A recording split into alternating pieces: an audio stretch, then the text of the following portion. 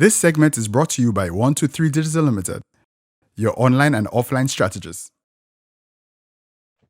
Good day, everybody. Thank you for logging into Dazzle Magazine's Evolve webinar titled The Role of Digital Technologies Today. We are aware that COVID-19 pandemic has forced us to gravitate and depend on digital more than ever, from working from home, grocery shopping, food on demand services, mobile banking, and paying bills, to name a few. Some businesses have been able to implement their digital strategy amid these unprecedented times. However, some have encountered many obstacles transitioning.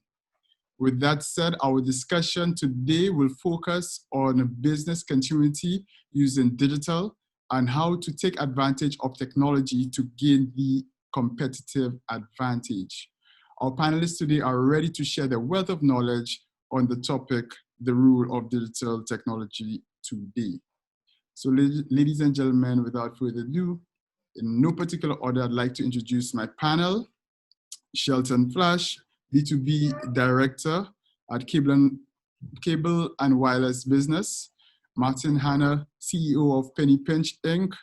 James Judah, co-founder of Wavemaker Photography. Jerry George, IT consultant and business solutions provider at Digisolve Inc.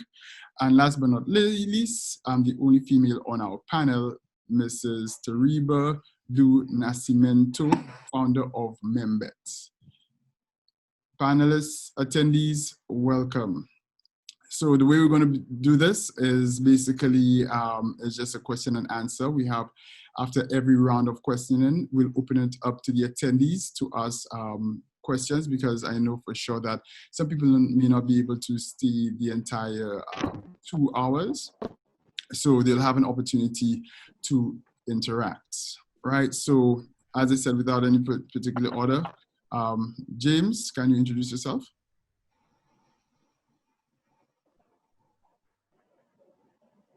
Yeah, James.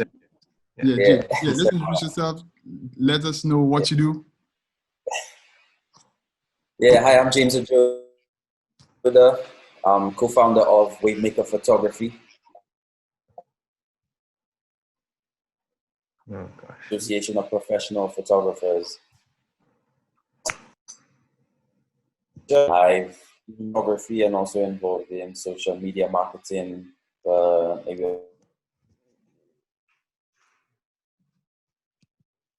Very happy to be part of this discussion, especially with the present events of what's happening right now with COVID and how it's substantially affected all businesses. Digital is something that we all really have to embrace in a way that we never thought possible. So again, I look forward to this discussion. Great. Jerry, would you like to introduce yourself?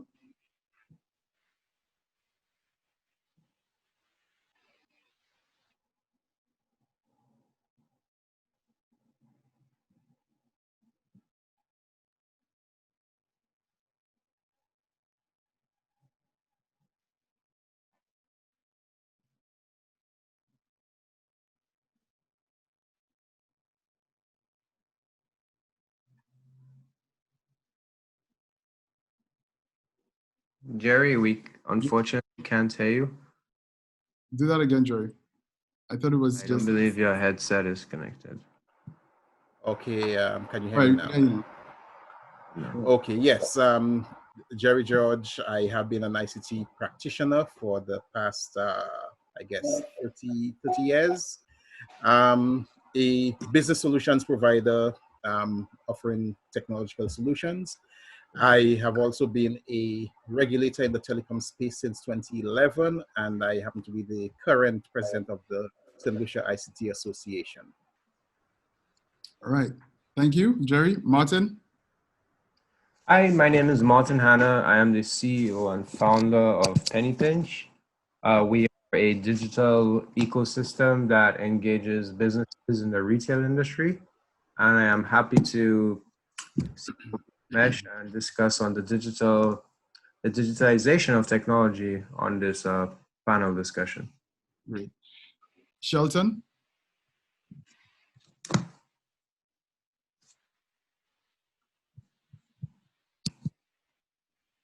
Hi, I am Shelton Dash. I am the director for CNW Business for the Central Caribbean, as well as the local head of sales for CNW Business. I'm very happy to be part of this panel today to talk a little bit about, or quite a bit about, digitalization, digital transformation, and how it impacts business. And I'm happy to see so many people on today, to participate in this session. Thanks, Lord Shelton. And last but not least, Teriba, can you please introduce yourself and let us know all about your business? Hi, can you hear me clearly? You can hear me clearly. All right, wonderful. So I'm Teriba Dunai-Cimentu, and I am the creative director of Membet.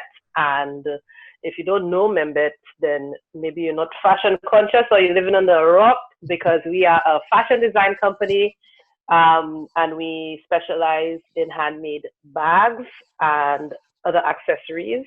We've been around for 11 years now, and and that's essentially what we do. Just all things fashion, bags, handmade, made in St. Lucia, pushing the local vibe. All right, great. Great. So guys, let's begin. Our first question. In your own words, what role does digital play in business today? And do you think businesses understand what is required?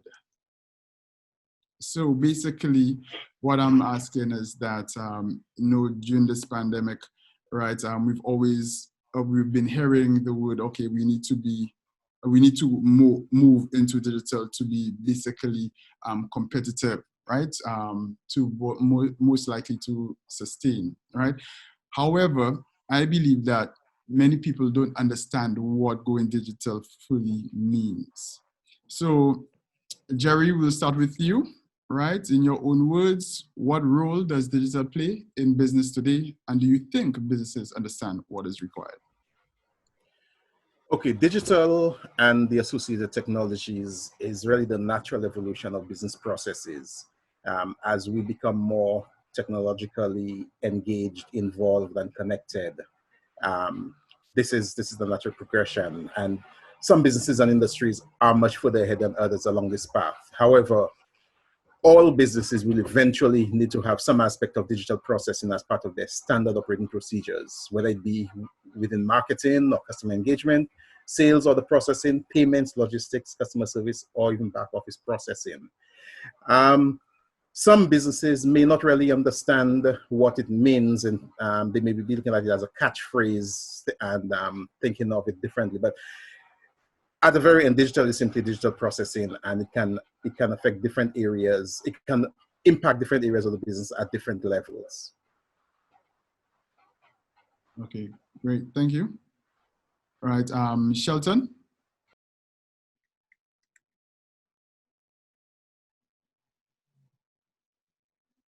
Shelton there is probably having some technical difficulties. Martin, let's go to you. The same question. In your own words, what role does digital play in business today? And do you think businesses understand what is required? All right. So I think to answer the question appropriately, we need to broaden it down to the Caribbean region itself. Okay.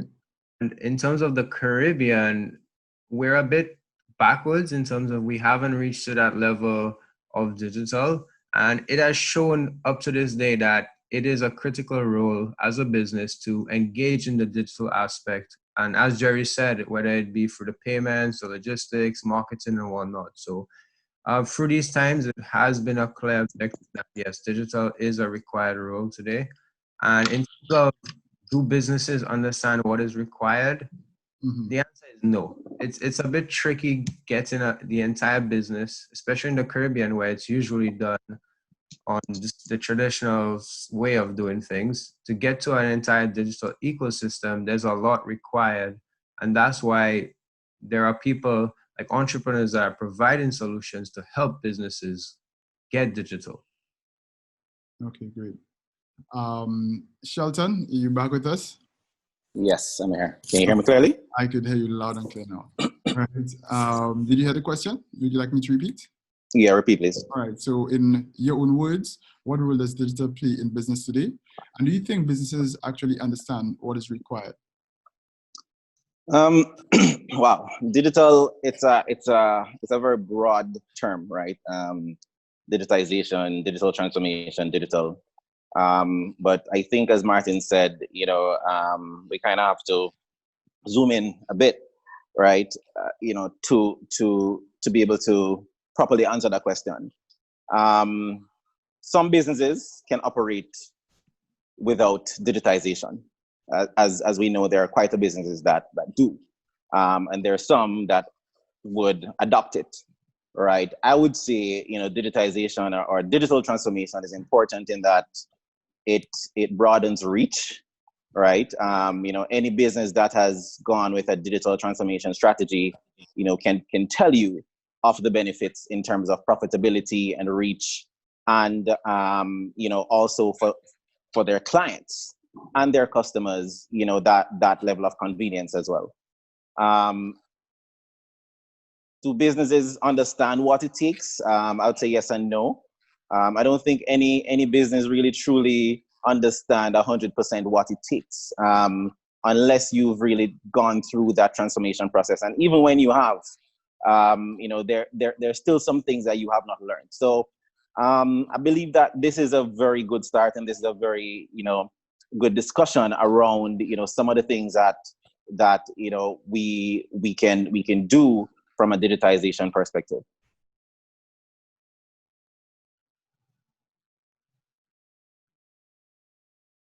You're on mute. Oh, okay. Teriba, would you like to share your thoughts on this question? Would you like me to repeat? No, that's fine. I think I just want to reiterate the point that Mr. George had said in terms of it being a natural progression in your business processes. At some point, I think every business should engage in some sort of digital platform. I think in the Caribbean, like Martin said, that we fall short, and I don't think we quite understand the breadth of what it means to digitize your business. And there are certain things that are a little more difficult for us to do in the Caribbean, like online payments, etc. But that is not the only part of digitization. We're speaking about how we send out our invoices. We're talking about how we interact with our customers. Some people still don't even understand the power of Facebook. I mean, it's a lot of aspects of your business that if you were to go digital, it would simplify it for you. It would make you more efficient. And whereas some businesses can operate without being digital, I think every business should digitize certain aspects of their operations, just so that you can ease off the burden of so many tasks that can be a little too labor intensive and time consuming. So I think it is very important that we understand exactly what it means to have digital processes and aspects in your business first and foremost, to understand the potential of it. And I think in doing so, it will allow businesses to pick and choose which parts of the operation that they would want to digitize, and understand that, this is the way forward and this is the future. And I think we are slow to catch up on that in the region. And that's one of our shortfalls in terms of how we are able to compete on an international level. All right, thank you. Great contribution. James, would you like me to repeat, or you got this? That's okay. Definitely, I'll have to agree with a lot of what Teriba said as well, because especially that last part, so that we can compete internationally. Yeah, that's the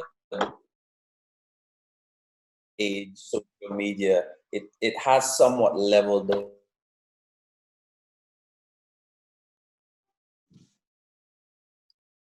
embrace digital technology. I will think back to when I left secondary school. One of the things that I had to do was transfer all liquor licenses from these like cards that people had written and put that into a database. And it just goes to show you that, even like right now, I think that even sometimes with the police station and so on, you still have a logbook. There's so many different aspects of whether it's from government right down to businesses that might be via books when James, you're breaking up very badly. We're not hearing you. What's that? You're breaking up very badly. Breaking up. So it's not very clear. So we're not really hearing or even understanding what you're saying. All right. Hold on. Let me switch connection. I will make my contribution while you Okay. you do what you do. Right. So yes. So the role of digital, right? I do believe that it plays a very important role to enable a business to be more efficient and effective, right? As Tariba says, you have so many other components to it, whether it be invoicing, whether it be social media, right? But we also have to remember communication. Digital has enabled us to be able to communicate in real time, whether it be news, whether it be communication as we do it now, right? And another important point is education, right? The access to information on the World Wide Web. We more or less experience this right now because during COVID, the past 3 to 4 months, we know that all those who have kids or know about the issue at hand with education is that kids can't go to school at the moment. Therefore, they need another platform, right, to be educated. And this is where technology comes in, digital comes in, whether it be via a smartphone, whether it be tablets or PCs, right? So what everybody says was correct, but just to add on the educational bits and the communications bits, on top of everything else. James, are you there?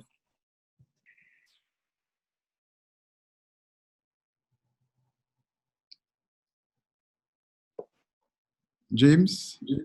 Yeah, can you hear me? Okay, we could hear you. Yeah. Okay. So yeah, what I was basically saying is I'd have to agree with what Tariba was saying. Am I clear now? Yeah, clear, very clear. Okay. So yeah, I'd have to agree with what Tariba was saying in terms of competing on an international level. We have to sometimes have that mindset because the whole internet age, social media, it has really leveled the playing field in terms of letting us being able to compete. But then, of course, we then have to fully embrace digital technology. And it makes me think back to a time from school. After school, I was working at customs. And the job that I had to do was to transfer data for all liquor licenses, which were actually written on cards over years and years. And you can imagine how tedious that must have been. But then, of course, there has to be a start. So even with police stations, maybe sometimes still log in reports in books and so on. There's so many different aspects that have to, in your business, even Tariba mentioned that sometimes with your invoicing, your quotations, with our phones in our hands all of the time, we have all of this ability where we're able to send out invoices and be able to organize your business via the use of apps. So it's something that we should embrace because it's not only a nice flashy thing that we can show persons, but it helps our businesses. It helps us to be organized.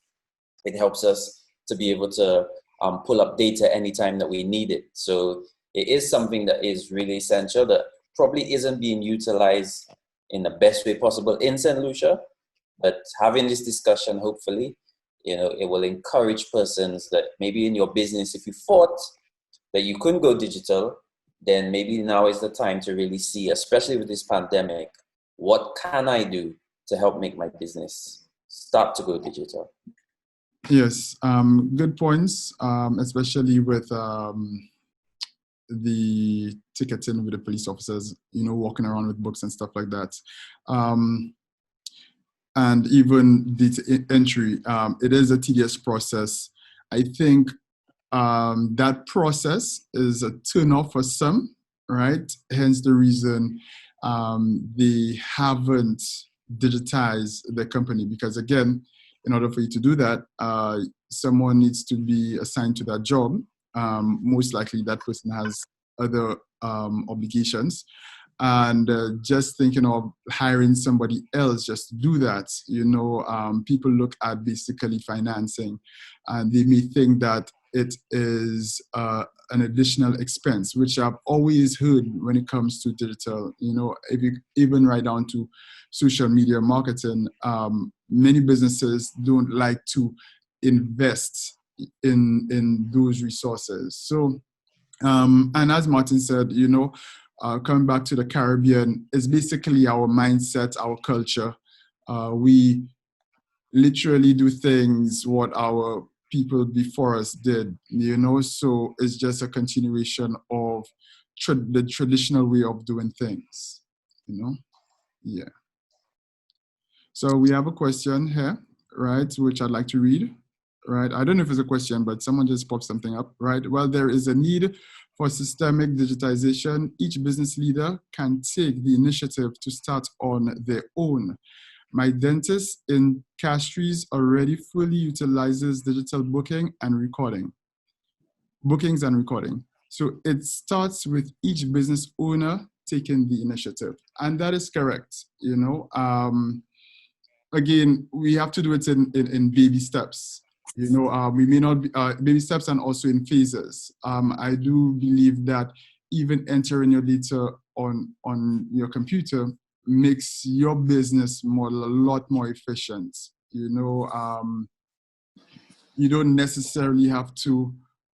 You enter your customers enter everything immediately. For example, bookings, etc. So therefore, you don't have to write it down. Right? Everything is logged and everything is saved. All you need to do is just save that data. You could even use that data to analyze your business operations, etc.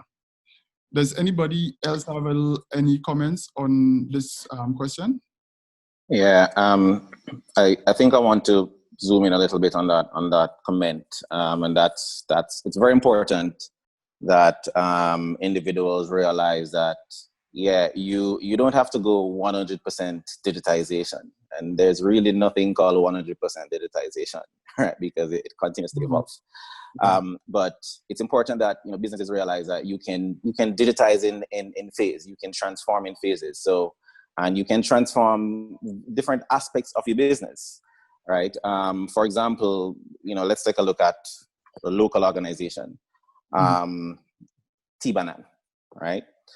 Now, in the face of the pandemic, we saw quite a bit of businesses locally, try to get online ordering going, and even non-digitized, aspects of customer service where, more businesses are offering, order takeout and delivery and stuff like that. But T-Banan recently launched their website. And I can speak to that because I'm a big fan of their takeout menu, right?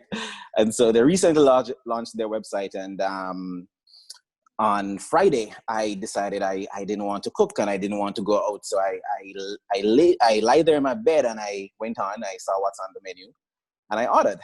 And the only thing I couldn't do, I ordered, they delivered, but they came with a card machine and I was able to pay by a card. Now, what I would have loved to do is to be able to just pay with my card on the site, but I can't.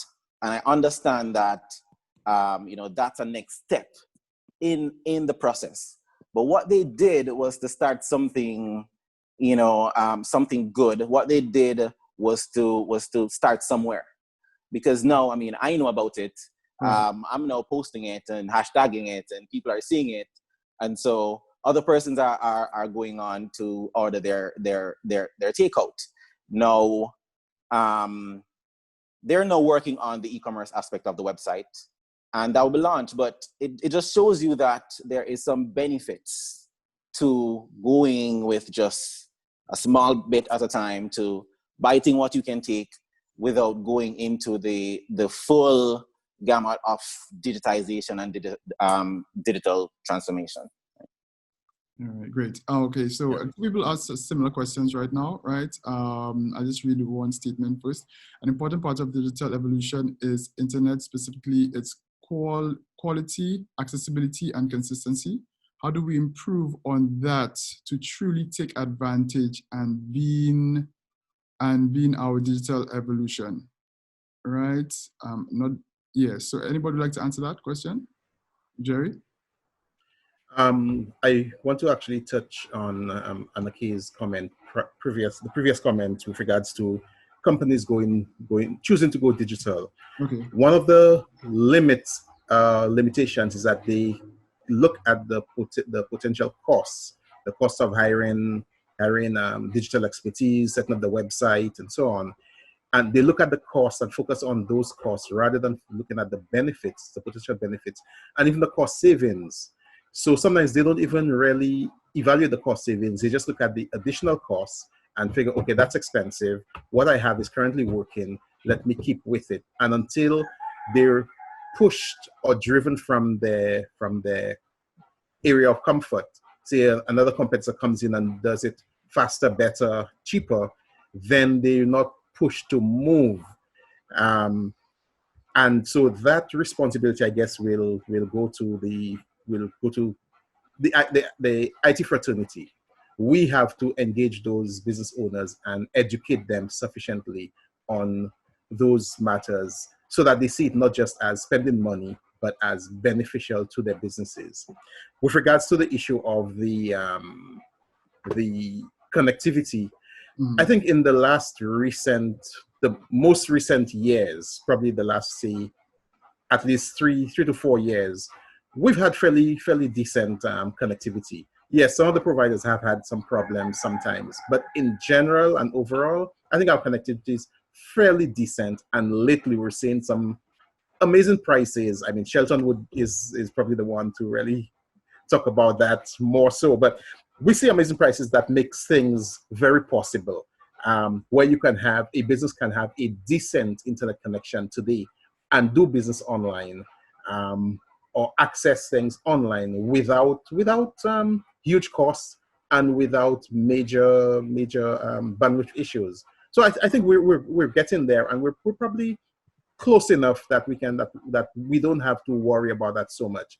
But yes, the providers still have to keep their networks working at the optimum level. Okay, I'm going to read two more questions, right? But those questions are more or less related, right? Someone says, I think a lot of local businesses have the wait and see mentality. They are afraid to be innovative. They need to see someone do it successfully before they try and end up playing catch up for the entire business life. How do we encourage these businesses to take the plunge, or customers support these businesses that are at the forefront of digital? And let me just read another question, which is similar. How do we reduce population indifference even when we know digital moves businesses and ourselves more efficient? How do we get more people to take that step? Can I answer that? Yeah, you could answer that, Tariba. Yeah. Okay, so because I had read it before and I really wanted to respond. I think one thing we have to understand as businesses, for one, we need to be proactive and not reactive. And at the end of the day, competition is what drives businesses. Now, I know I can understand, okay, we work in a different spectrum in St. Lucia, and there are certain things that we need to hold businesses' hands to get them to do to improve the quality of the products and services that they provide. But at the end of the day, I feel like you as a business owner, you are the one who is solely responsible for driving your business in the way that it remains competitive and that it remains at the forefront. I don't necessarily think it's up to the powers that be's hands, powers that be to hold our hands to say, hey, come, let me show you how to do X, Y, Z. I'm particularly referring to established businesses and businesses from young entrepreneurs. I think a certain age, you grew up in a digital mindset already. So there's a lot of information you already have. I know there is a segment that will need a little more help than others, but I think that there is a point in which we have to have businesses really hold themselves accountable for doing what they need to do to push themselves. So like they said, this wait and see thing, if you want to be waiting and seeing, you're not going to succeed in business because you're just going to be left behind, right? And I just want to also address that, like Mr. George was saying, also there are so many free things out there. There are lots of free apps that you don't need to know them off the bat. You just need to go into a Google search and search free app for invoicing, free apps for accounting. And even the paid apps usually have the free aspect of it as well, a trial and a 6 months that could also, get people's feet wet so they can already understand the benefits of using certain technologies to help their business. And maybe at that point is when they could recognize the need to do things differently. But I just feel like, our businesses need to have some fire under their feet.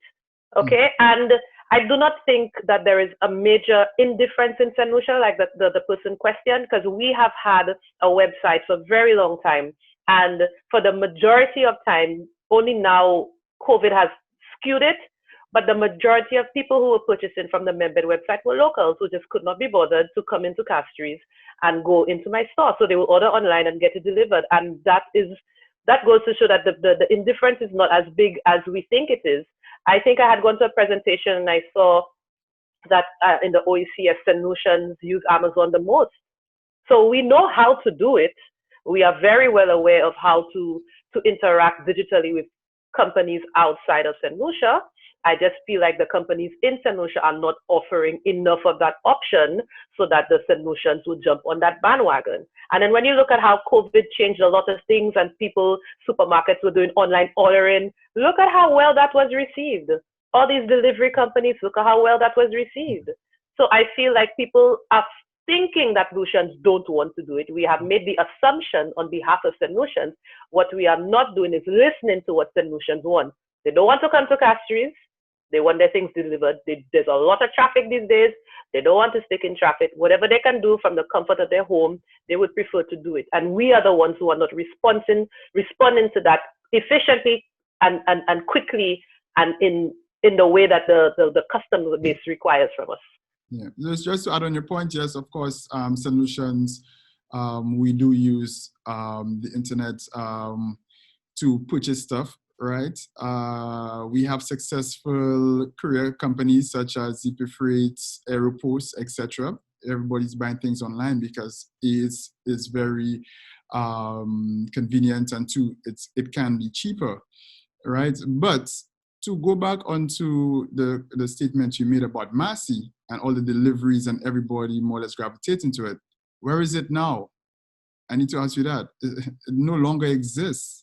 And it's because, and these big companies have just become complacent because they probably think things are going back to normal, but there is no action or even drive to continue to push digital, in my eyes, for a lot of big companies. What I see, the trend that I'm seeing is companies with a much younger managerial team and young entrepreneurs like yourself, you guys push digital and you continue to use what has worked for you over the past 3 months. All right. So anybody else want to make a little contribution? Because I'm ready to move on to the next question. Yeah. I would like to jump in very, very quickly there. Yeah. With regards to our market or our markets and our industries, we're not known for innovation. Right. Most of our businesses are your traditional retail type, for example. You may have some manufacturing and some retail, but most of the innovation happens with new businesses and typically with young persons starting new businesses. So innovation is not something that the traditional businesses even look at. They do very incremental changes to their business processes unless they're forced to. So so maybe what may need to happen is that you might need to have major game changers, major disruptors within the industry to force the businesses to move on. Martin, you wanted to say something? Yeah, just to touch on it, I believe that the consumer base is ready to do it. For example, you hear everyone asking, how can I send money? How can I order online? The consumer market is ready. It's just that the business market is too comfortable in doing what they traditionally do, and they're not meeting the demands of the consumer. They're too comfortable, and that's why we need entrepreneurs to give them a kick in the butt and say, hey, you need to move. Things are changing. Stop being too comfortable. So I believe, yes, the consumer market is ready. It's just that we as a business can't meet the demands for some reason. Okay, thanks. All right, moving And on. can I just say quickly in response to the chat where it says a solution would more likely pay online to Amazon than a local company? I don't think they are more likely. I just think it is just more accessible. We have to make the distinction. Yeah, they're not aware of who's online, and the reality is that there are very few companies online. But if you are online and that option is there as a local company, I can guarantee you your local customer base will support you. All right, great. And Ranking, could I also just say as well, like just in response to I think it was Jason and Ansem, there still needs to be a lot done with regards to, let's say, the telecoms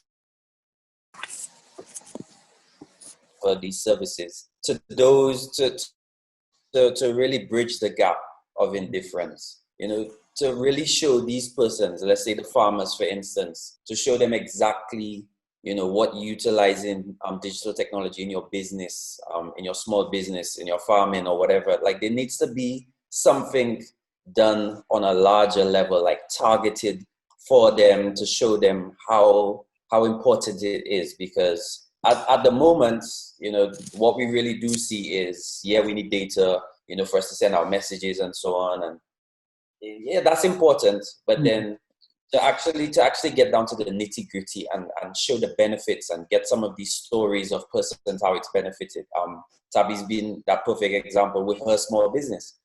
You know, even with us, with photography, we've been able to go practically fully digital. So we need to really go towards, you know, these persons who aren't normally targeted, and especially now with schooling and education and how it's been thrown now into digital, we see what's lacking. So we have to do more on that aspect, I think. Okay, great. So let's move. Yeah. Can I touch on something here before we move on? Go ahead. Yeah, I'm just gonna touch on a few points quickly around the quality of bandwidth in St. Lucia, and I'm just gonna broaden this to the Caribbean. You know, in the last, I would say the last 10, 15 years, we have seen a significant increase in the quality of what I would say infrastructure to get to the Caribbean. You know, we have networks out there that's far outpacing networks in, I would say, the US and the UK across the region, right? As it relates to locally, I think the combined efforts of all the networks, well, not I think, what I know, rather, is that there is infrastructure to facilitate whatever digital transformation processes or you know, procedures we're trying to achieve. We have very large companies. I mean, and I'll speak to BPOs, for example. What Jamaica has done with BPO, with the BPO sector, I see St. Lucia doing that through Invest St. Lucia and all the teams involved. And one of the main selling points is the access to connectivity. You know, the meetings I've sat on with some of these BPO heads and some of the seminars. I think we did one about 2 years ago with, you know, several BPOs here in St. Lucia, and you know, the real questions, you know, and what they were really interested in was connectivity, because as you can understand, you know, the voice is not something for you to play with, right? So when you're answering calls and you have 200 people, you know, 300 people taking and receiving calls, you know, you need that stable connection. And so it is there, right? You know, as it relates to the price, I completely agree where price has been, you know, a deterrent to businesses, you know, looking to go the route of digitization or digital. But what I will say as well is that also in the more recent past, we've seen prices for bandwidth trending down worldwide. Also in the Caribbean, we've seen providers on island, you know, we've seen providers on island, you know, reducing price as well as providing even additional bandwidth at the same price. You know, so really, you know, at the moment, you know, Flow is doing a complete transformation from DSL to HFC, for example, where we see persons having 8 megs download going to minimum 50 megs download. So, and this is in the business space. So, and the price has not increased. So there is, from a pricing perspective, you know, I wouldn't say pricing is a deterrent. I wouldn't say the quality of bandwidth or connectivity is a deterrent either. Now, as it relates to, I'm gonna go on this one quickly. Sorry, you know, you have like 1 minute. Okay. As it relates to, you know, enough options being there for small businesses to digitize, the options are there. They're there. I mean, we have businesses locally that you know, digitize and do it pretty easily, and through telecoms providers as well. Over the years, in my experience, you know, I've just seen a very slow adaptation to technology in general across the board. I mean, you will have traditional PBXs, for example, and then you have hosted PBXs. And businesses, I mean, once they think hosted and once they think digital and once they think, hey, putting something on a server that sits somewhere else and they're not seeing the lights, that's a problem. So, you know, it takes time, and it takes that collaboration with organizations to really truly understand, you know, how it is businesses and small businesses see you know, these solutions. You know, is it enhancing the business? Is it really speaking to a business need, or are we just trying to sell another piece of technology, right? So, you know, these are just some of the things that we need to take into consideration. You know, it's collaboration. It's a collaborative approach. All right. With all to be able to move forward. Great. All our attendees, anybody wants to ask questions, can you please post your questions in the Q&A chat instead of the participants chat?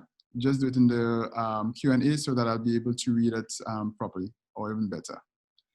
All right, so as we move on, right, digital transformation is very broad and encompasses many facets, such as project management, cloud computing, cybersecurity, customer relationship management systems, which is a CRM, mobile app development, data collection, and analytics. Not to mention digital marketing and IT services and architecture. Right, so my question right now is, how easy is it for a business to transition to digital? So I'll go with you, Jerry. How easy it is. So a company, and let me bring the app scenario right here. You've been operating for the past 20 years in a physical office, right? Where you work from 9 to 5, right? You file, right? You go and make coffee, you walk around the office, right? You do not, the only thing that you probably do digitally is on the website to search for something.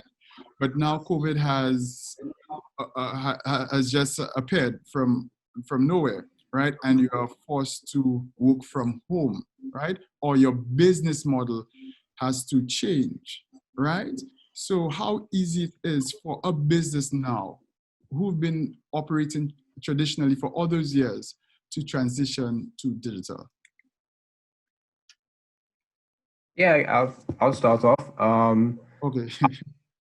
Today's day is getting more easier and easier because there are way more solutions provided. So if you want to go get a website, there's Shopify, there's many options out there that a business could leverage. And not only that, but they're very, very cheap. They're not expensive. And nowadays they are built on automation, whereby, let's say 10 years ago, you'd have to hire a development team to put together a custom website. Now you have everything being automated, generic templates that help a business start off at least in the right direction. So it's becoming very easy.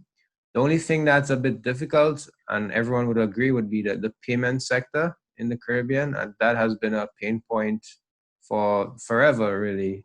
So I think in the upcoming years, I'm hoping for that to change. But as for digitizing parts of the business, it has become very easy. Okay, great. Jerry, you could contribute to that? Yes. The ease of transition to digital depends on the nature of the business, and even more so, the actual culture of the business. We've touched on previously about businesses doing things in the traditional way and not necessarily seeing the benefits of going digital or not wanting to change the way they do things. Businesses that are already streamlined and have efficient business processes would have a much easier task of transitioning. Those who still have convoluted and unnecessary procedures and long drawn out procedures, it becomes much more difficult because you don't just, to realize the benefits of technology and how you leverage those technologies into business processes, you don't just overlay digital or overlay technology onto existing processes. You have to look at those processes, those procedures, and ensure that they are sufficiently efficient, that they are streamlined. Otherwise, you're just exacerbating the problem. As I say, a computer can make in 1 minute the number of errors that 1,000 people can make in the same time frame. So if you simply try to apply technology to the existing problem, you might actually be shooting yourself in the foot. So the businesses would have to review their processes, ensure there's efficiency before they can actually just do the transformation. But the tools are readily available for most businesses, and the cost of those tools are not necessarily exorbitant. Okay, great. Now, Tariba, I'm coming to you, right? So I'm just going to modify the question a bit, right? For me, is what steps have your company taken, right, to transition to digital? Well, for me, that has always been the core of my business model for Membet to be an online store, because I already foresaw when I started my company, and particularly because I started my company overseas as well, I already foresaw that the market in St. Lucia is entirely too small. And being in fashion, everybody's your competition. And I think a lot of our designers locally don't seem to understand that even hobby is your competition. The whole of Baywalk Mall is your competition. Amazon is your competition. So it was important for me to be able to reach out to a broad enough customer base so I can actually, have a decent amount of sales. So long before any of this COVID, like I said, I already had an online store. I had a dinky website I did myself. Eventually I got a grant to get a better website. But the biggest challenge, and that has come up already, would have been the payments. Mm-hmm. And I was able to circumvent that by doing things that may not be the most above board. But I'll not get into it. But it's been working okay. And right now I'm using Stripe and PayPal. But the one thing I've realized... But before, we do have an e-commerce section. So don't go too much into that. Okay. But, all right.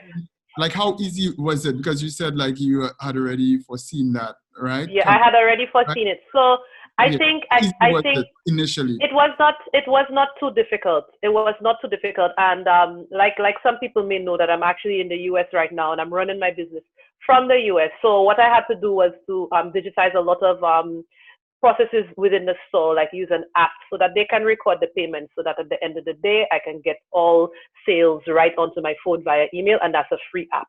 So that was an easy thing to do.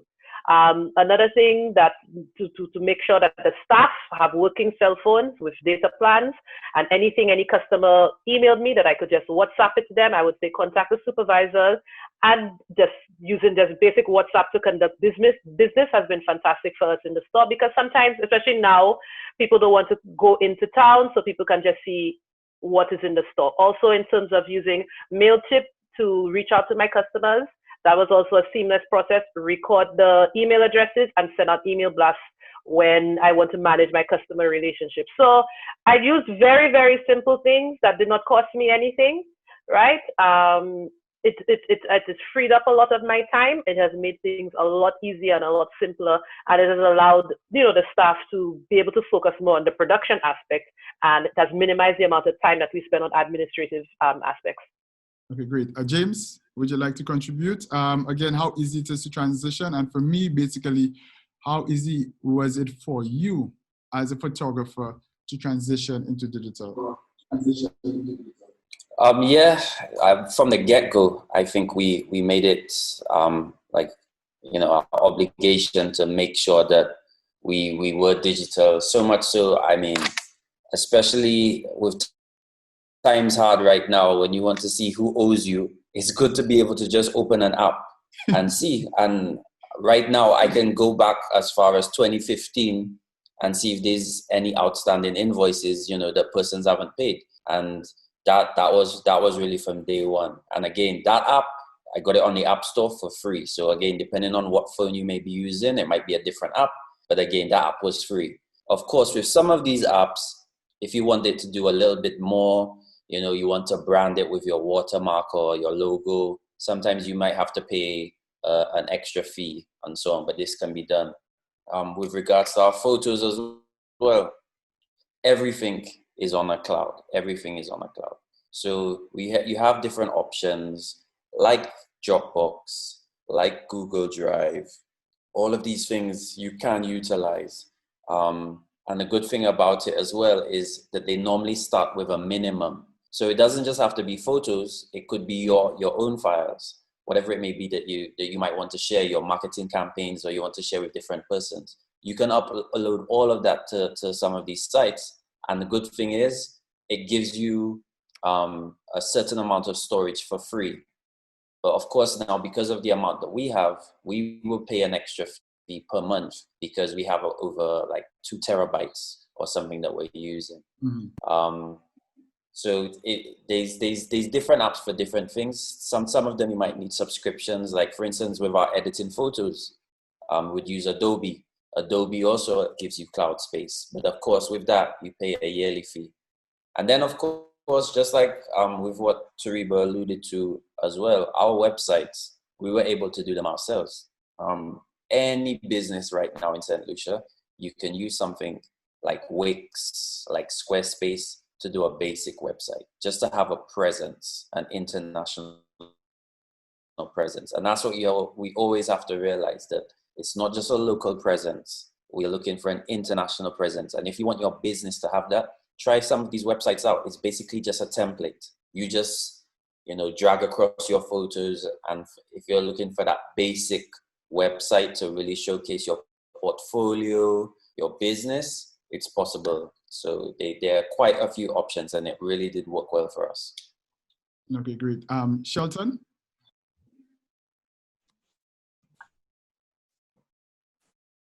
Yeah? Would you like to contribute? Would you like me to repeat the question?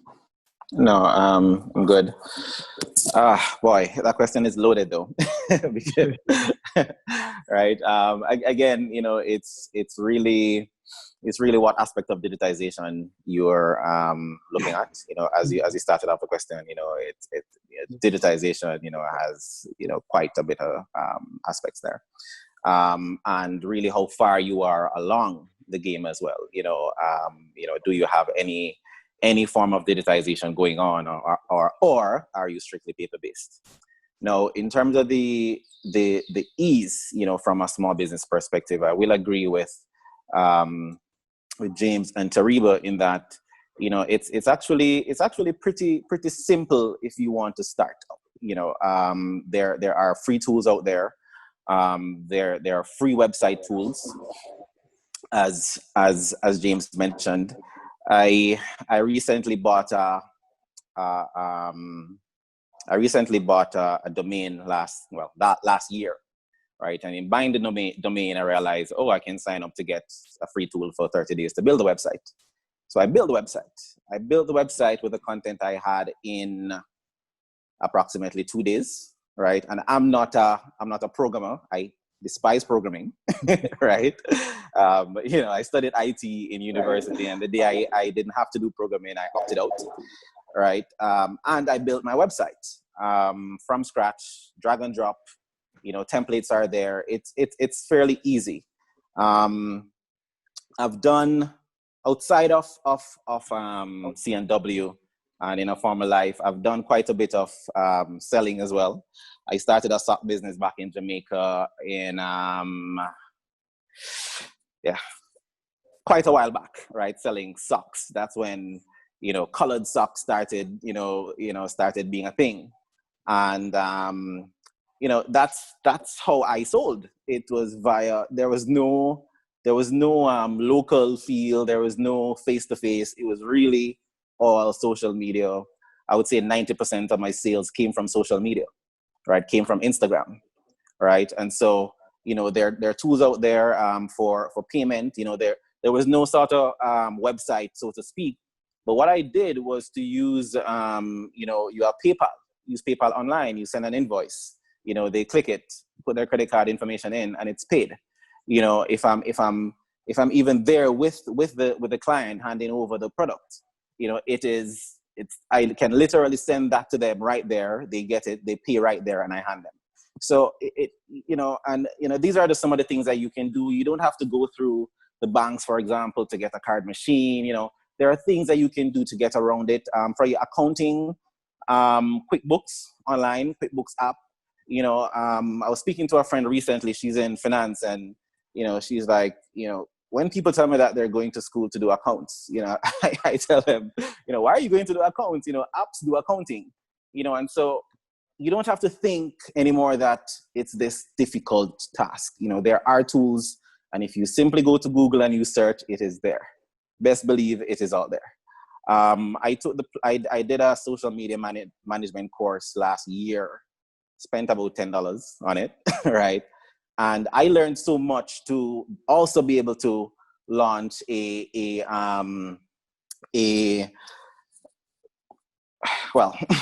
launch a travel business, right? So I do that remotely. Travel is a fun thing for me.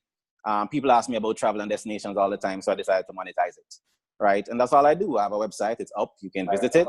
I'm on social media, for example, and that's really all I do to get sales. Persons are able to go on, view the deals, etc. book. So there are just so many tools out there, and so many things you can actually yes, and some travel website. There are just so many things you can do out there that doesn't require that bulk investment or any significant monthly spend as well. Yeah, great. So just to add on this, I'm using Dazzle Magazine as an example. From inception, we've been digital, right? Despite having the physical copy, right? You could also find every single article of Dazzle Magazine online, right? We ensured that we were on all social media platforms from Twitter, Facebook, Instagram, and others, right? YouTube. And also we were able to have or establish a presence online as well. So when COVID hit, we were able to transition smoothly, right? Yes, as Shelton said, and as I also reiterated earlier, digital is quite broad. It's not only social media, but it's mobile apps, it's communication, it's WhatsApp. Turbo mentioned MailChimp, right? All these resources that you could use. And majority of them, I would probably say 85% of them, they do have a free element to it. I will more or less highlight what James said. If you want the bells and whistles, you would definitely have to pay the premium for that, right? So it's time for some questions here, right? We have a question. Are there currently sufficient resources or companies available to assist us with digital transformation nationally?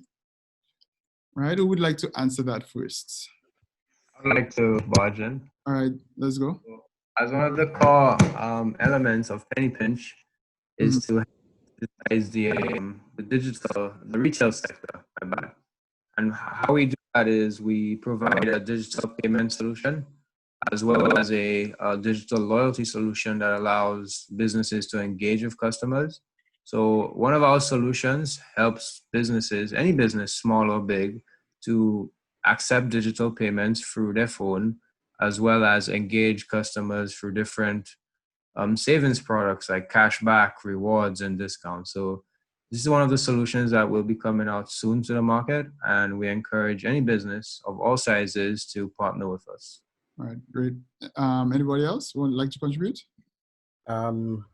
With regards to availability of resources, as the president of the National ICT Association, I have to weigh in and say, yes, we do have expertise, quite a bit of expertise right on island that can do and have been offering those services to businesses.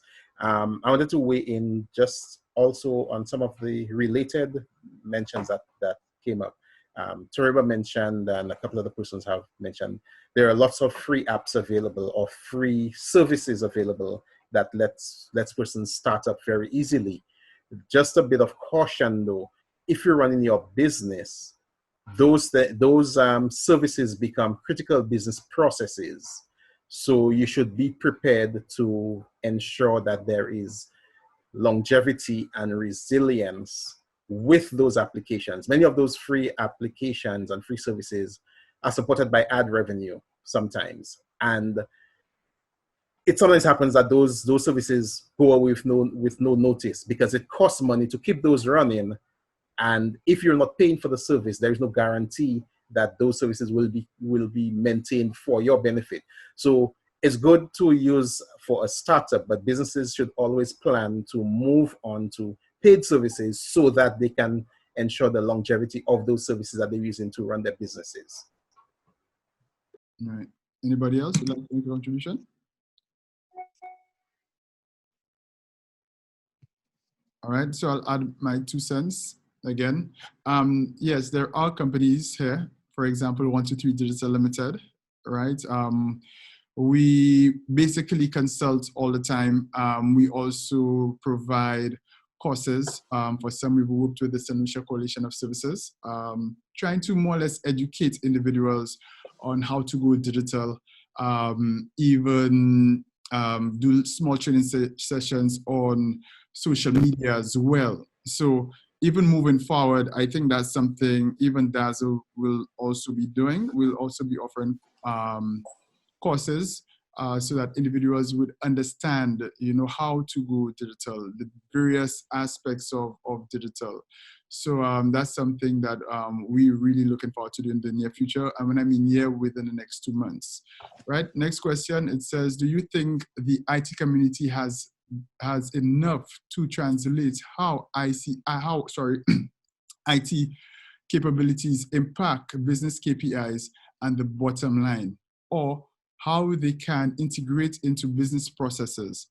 Business people often don't understand what IT persons are trying to say.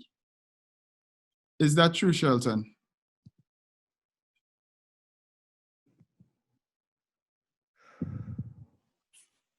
I didn't get the first part of the question, Rankin, and I'm not seeing it here. Yeah, it's under the Q&A. It says, do you think the IT community does enough to translate how IT capabilities impact business KPIs and the bottom line, or how they can integrate into business processes? Business people often don't understand what IT persons are trying to say. I love this point because this is something that in IT and in telecoms, it's a standard part of what we'd say is strategic selling, right?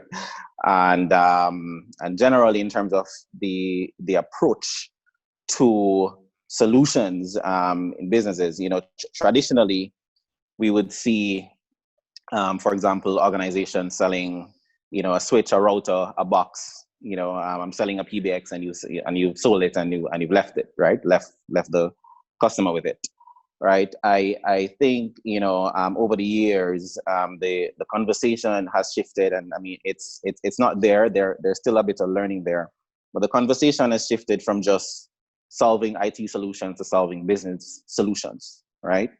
No, and that's where the gap comes in when you speak, IT versus business, right? One of the things that I've noticed in my experience is IT, professionals a lot of times don't know, and really, as Anna said, don't really know how to translate the benefits of a service or a solution to senior management. Now, for example, a CEO for a business would have a different win or a different interest, right, than a CFO, than a CTO, right? A CFO would more be thinking, okay, if I'm going to be investing in this, and I use the term invest because I will tell you, a lot of CFOs, when you speak to them, they think IT is just a black hole where they throw their money and they don't know what happens, right?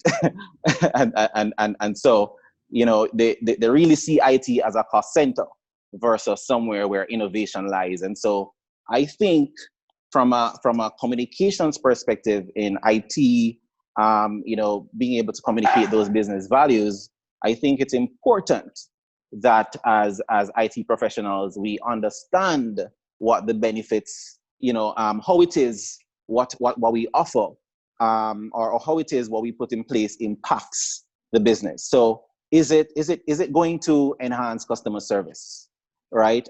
Is this going to you know, improve my bottom line? Is this going to improve my revenues? When I do this, when I make this action, you know, what is the business impact? What problem is it solving? And so that is definitely a conversation we need to have more of, versus simply saying, oh, my PBX is not working, let's sell a PBX, right? But really, you know, why go cloud versus buying a PBX? You know, so these are some of the things that some of the conversations we need to ensure that we have, you know, so that we're not necessarily thinking just from our perspective and saying, hey, yes, IT, we need this to put there, but okay, when I'm presenting this to my boss, you know, what do they want to hear?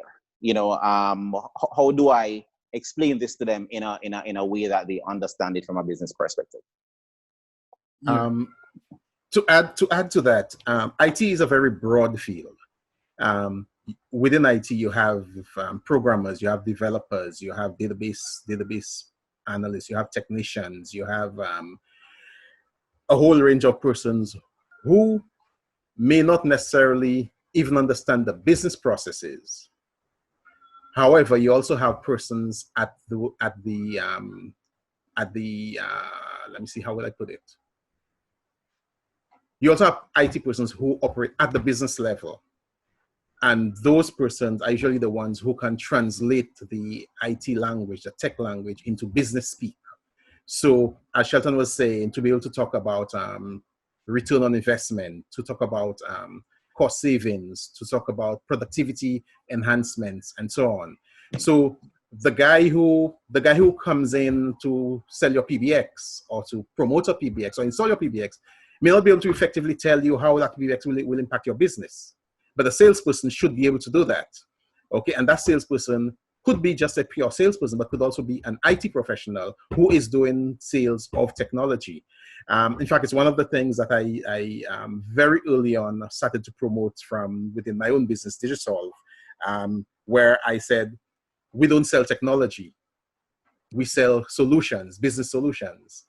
Because at the end of the day, the business person doesn't care whether, for example, you're using Microsoft Windows or Linux. They don't care if you're using Google Apps or whatever, or something in-house. What they care is it doing the job that I need it to do? Is it sufficiently secure? And is it cost effective?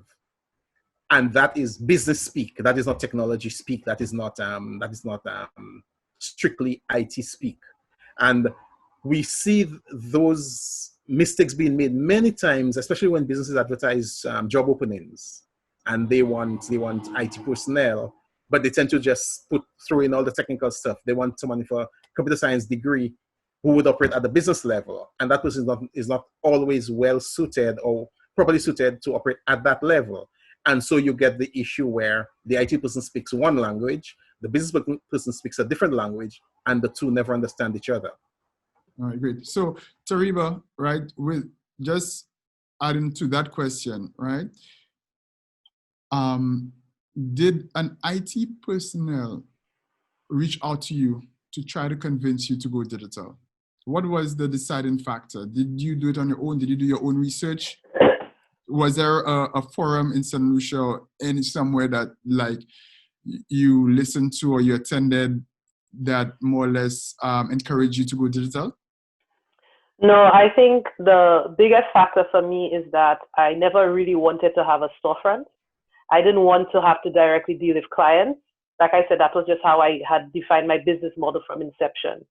So it was something that was already in the back of my mind that I needed to do adequate research to ensure that I can keep my as many processes digital as I possibly can.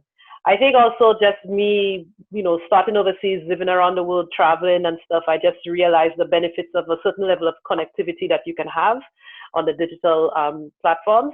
So I guess it was just something that has always been ingrained in my mind. I saw online shopping as the future. I saw online shopping as something to have lower overheads as well, not having to pay money for a storefront. I saw how I could cut back on certain services as well, and just trying to streamline and keep my not trying to dabble into my profits too much by hiring too much extra services. Mm-hmm. So yeah. However, I would say that I get a lot of attention from ICT professionals within St. Lucia who see what I do. Okay. So there are a lot of them who want to create linkages, those who have those, like, say, Buy Caribbean, Shop Caribbean platforms. Mm-hmm. They are doing the research on the ground, and they are seeing who the movers and the shakers are. So I do get a lot of feedback from them in terms of what other products that they offer locally that I can use to enhance my business as well. So, sometimes you just need to do the work, and then, you attract the right people towards you. But I noticed that the product offerings from when I started to now have increased tremendously in terms of what digital platforms exist for businesses in St. Lucia, particularly ones that are locally created as well. And that's very encouraging to see. Okay, great. All right. Let me read some more comments. I've also heard a lot of people unsavvy with technology, nor own credit cards to complete those, nor own sufficient adequate devices. How do we address that or keep them in the loop? So it's basically with our customer base, I would interpret this question as they themselves don't really understand technology that much. They may not have the devices to have the apps to go on social media, or if they do go on social media, it's only probably in the evening time when they have access to Wi-Fi on a laptop or PC. Some of our people in the Caribbean, we don't own credit cards or debit cards, but how do we educate those individuals and keep them in the loop of what's happening in technology? Martin, you want to answer that? Oh, can you just repeat the question? So someone said, I've also heard a lot of people aren't savvy with technology, nor own credit cards to compete. Those nor own sufficient / adequate devices. How do we address that or keep them in the loop? So basically, what the person is trying to say, that a lot of our people, like the consumers, right, they don't have proper devices or have access to the technology. They may have access to it probably late at night using PCs or even laptops. Yeah. And they don't even have a credit card, So how do we address that? How do we keep those people in the loop? Right. So, for example, from my perspective of developing an app, one of the pain points, but not pain points, but things that we realize about the region here is people don't have much space on their phone for some reason, as well as people are not really on the latest devices. So as a business, we have to adapt to those type of things. So when we build our app, for example, we need to make sure that it's as small as possible. We need to make sure that it's reverse compatible to the lowest versions of Android or iOS. It works with almost every phone. So to adapt, I believe from the business side of things, extra measures have to be taken to make sure it meets the needs of the people that we're trying to sell to. Okay. Card machines and cards, credit card penetration is pretty low in St. Lucia. It's about 20%. And I believe it's really up to the financial institutions to encourage financial inclusion. But there are other things, like, for example, what Penny Pinch is trying to do is encourage digital payments through your phone, where people could send money to each other. So once again, it's up to a business or an innovator to bring in new solutions that can work for the people here. Okay. All right, cool. So we're moving on to our next question. This one is a little exciting, right? Every year, online spend increases approximately 23% through e-commerce. Have you incorporated e-commerce as part of your digital strategy? And can you explain the process? Now, even before you answer, I've seen a lot of questions here regarding banking and online payments and stuff like that, right? Hence, I pulled up this question so that I could address those questions immediately, right? So as I said, in the question, just hold a sec, I just closed it. So every year the spend goes up, as Teriba said, or someone said earlier, that St. Lucia has the highest, the highest amount of people using the highest. Shopping on Amazon. We shop on Amazon the most in the OECS. Exactly. So is e-commerce essential right now in our markets? Yeah. Who would like to go first? Can I go first? Yeah, for sure. That's the most exciting part of my job. One thing I've learned is this e-commerce. The banks have always had products. There we have a big problem in St. Lucia about disseminating information. The only reason I know from a long time ago that these banks always have products to facilitate e-commerce is when they come to my shop and they realize that I am conducting e-commerce and I'm not using their products. Then suddenly it's like, oh, but didn't you not know that we at so-and-so bank have, and we have had this for several years. I think there is a lot of lack of communication between banks and business places, whereas certain products seem to be held back for a certain elite few to use, forgetting that the small businesses are the backbone of this economy and this country. We're the ones that are really driving a lot of the commerce. I use Stripe. Is it what, but is the lack of information? I don't think it's deliberate, Anselm. I just think that we are just being overlooked as small businesses. This is St. Lucia right here. All right, this is St. Lucia is a place where certain things are for a certain set of people.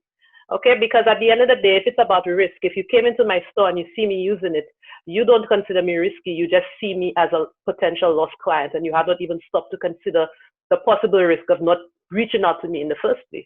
Okay, so I've been using Stripe and I'm using PayPal. So I have not been using the local. I have not been using the local tools for my e-commerce, which is something that I would like to change right now. As the company is growing, I need to keep things a little more above board. I can tell you right now, if it was not for e-commerce, Membet would not be in existence to this day. Because like I said before, the market in St. Lucia is tiny. There are only so many bags a St. Lucian woman would buy. The women, or the pool of women and men who would shop from Membet is already a niche market. So you can imagine in a population of 180,000 people, how small that niche market is. It is absolutely fundamental at all times that I have e-commerce and a website so that I can tap into people from all over the world. That I can tell you that I have people that I wonder how they find me in the wettest states in the US, Russia, Australia, and people shop from me.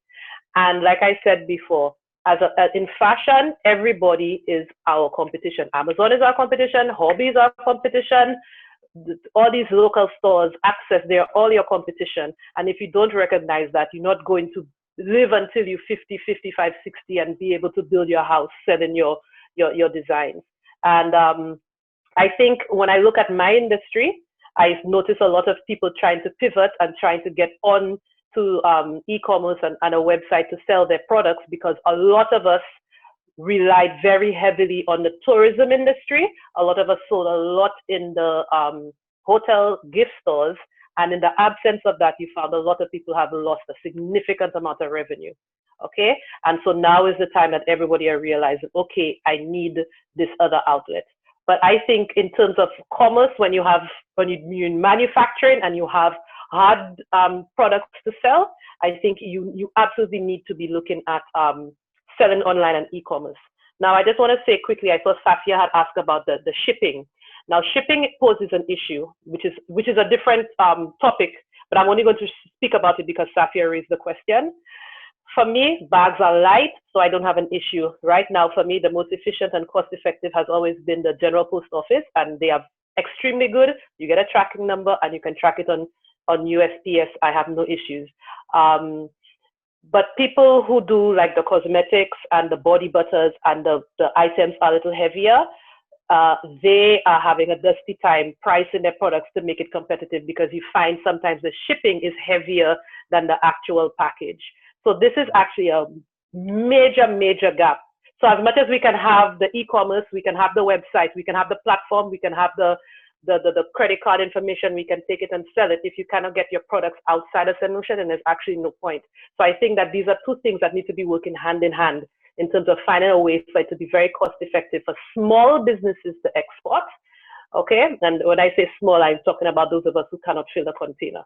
Yeah. Okay. Shelton, you want to add to that? Or answer the question about e-commerce? Yeah, I mean, for me, I think it's a no-brainer. If you want to have a certain reach,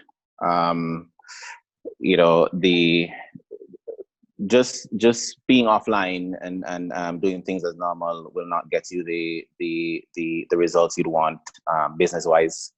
As Theriba said, pretty much most of our business is via e-commerce, and our business wouldn't be alive if that wasn't the case. But she touched on something very important here there as well, and it's on her customers and stating where they're ordering from.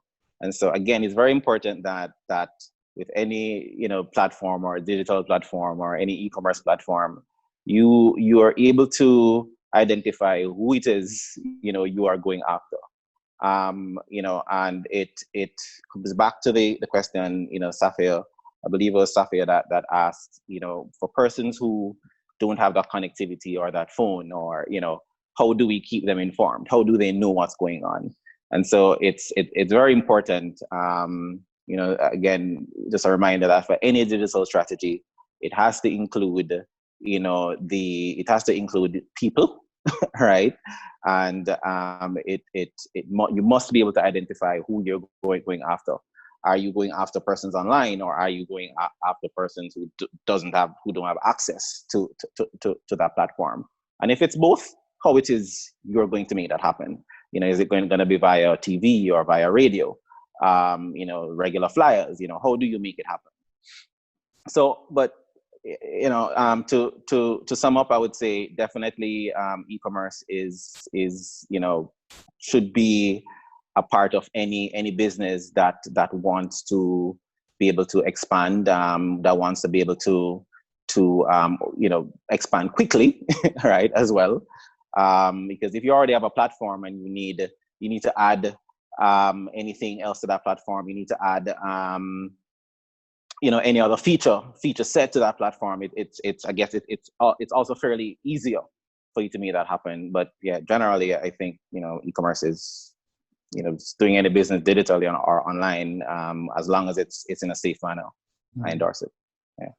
Martin, are you there? Yes, I'm here. This is straight up your alley. So can you repeat the question? The question is, right, every year online spend has increased by 23% through e-commerce. How do you incorporate e-commerce as part of your digital strategy, and can you explain the process? So as part of the Penny Pinch's ecosystem, what we bring on board is an e-commerce solution that essentially allows any business to register with Penny Pinch and be able to get their own website where people could pay, pick up, deliver, offer their products on our platform, which in turn they could leverage our customer audience, decrease their marketing, increase their sales, and it's an automated solution. So they don't have to worry about maintenance costs, adding in new features. We're a one-stop 360 solution that we're going to be providing soon for any business of any size to provide this e-commerce solution to their customers. Okay, so you mean that, so therefore would you be a merchant? What's that again? Would you be a merchant or would it be a wallet? It's a hybrid. It's a hybrid where it's a wallet, it's a e-commerce marketplace, Okay. it's a loyalty solution. It's a free. So what do you tell me right now? So if I have an online shop, right, I'll be able to connect to your service Yes. via APIs, Yes. right? The people will be able to pay. And in order to pay online through my website. Yes, through Penny Pinch. And what's also great is that we could, let's say you have an online website, we could then integrate it into Penny Pinch. So anybody on Penny Pinch would be able to see and browse your website. Okay. Okay, no problem. Jerry? Yes, e-commerce is actually absolutely critical. You cannot sell products, or you cannot continue selling products if you have no way of collecting monies, collecting payments. I have consulted for a number of local entities who have looked into, or have been looking into e-commerce. And what I have found out is that the local banks are completely out of the loop.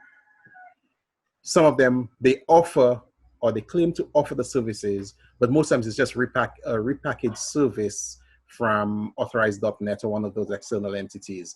But the problem with that is that the persons at the banks themselves don't even fully understand what is required.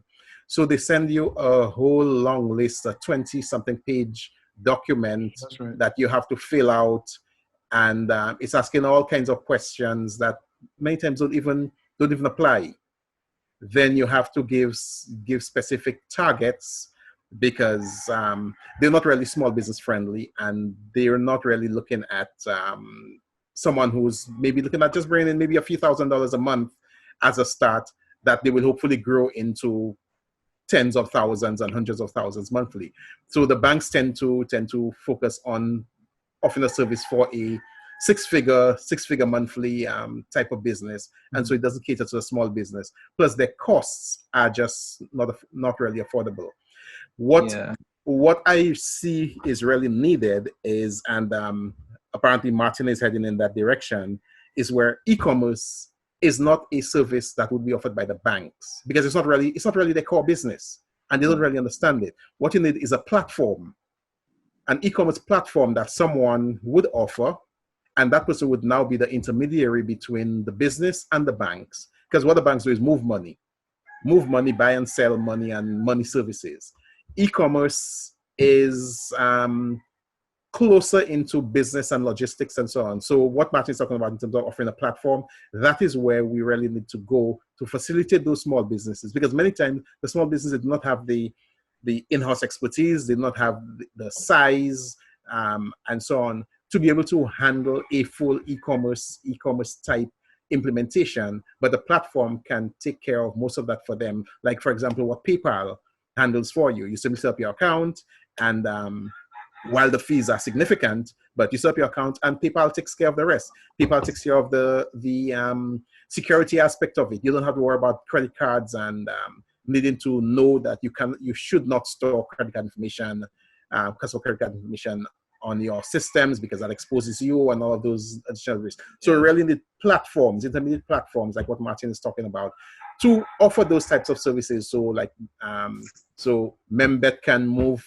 away from the, under the table type services, but that they can facilitate lots of local businesses to go online very easily and at minimal cost and without having to learn completely new languages, for example.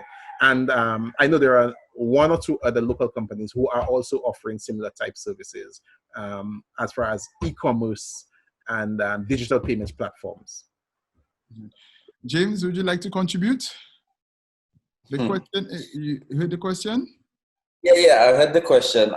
Honestly, I mean, I think I've been vocal about this before. It just leaves a lot to be desired with regards to e-commerce in St. Lucia.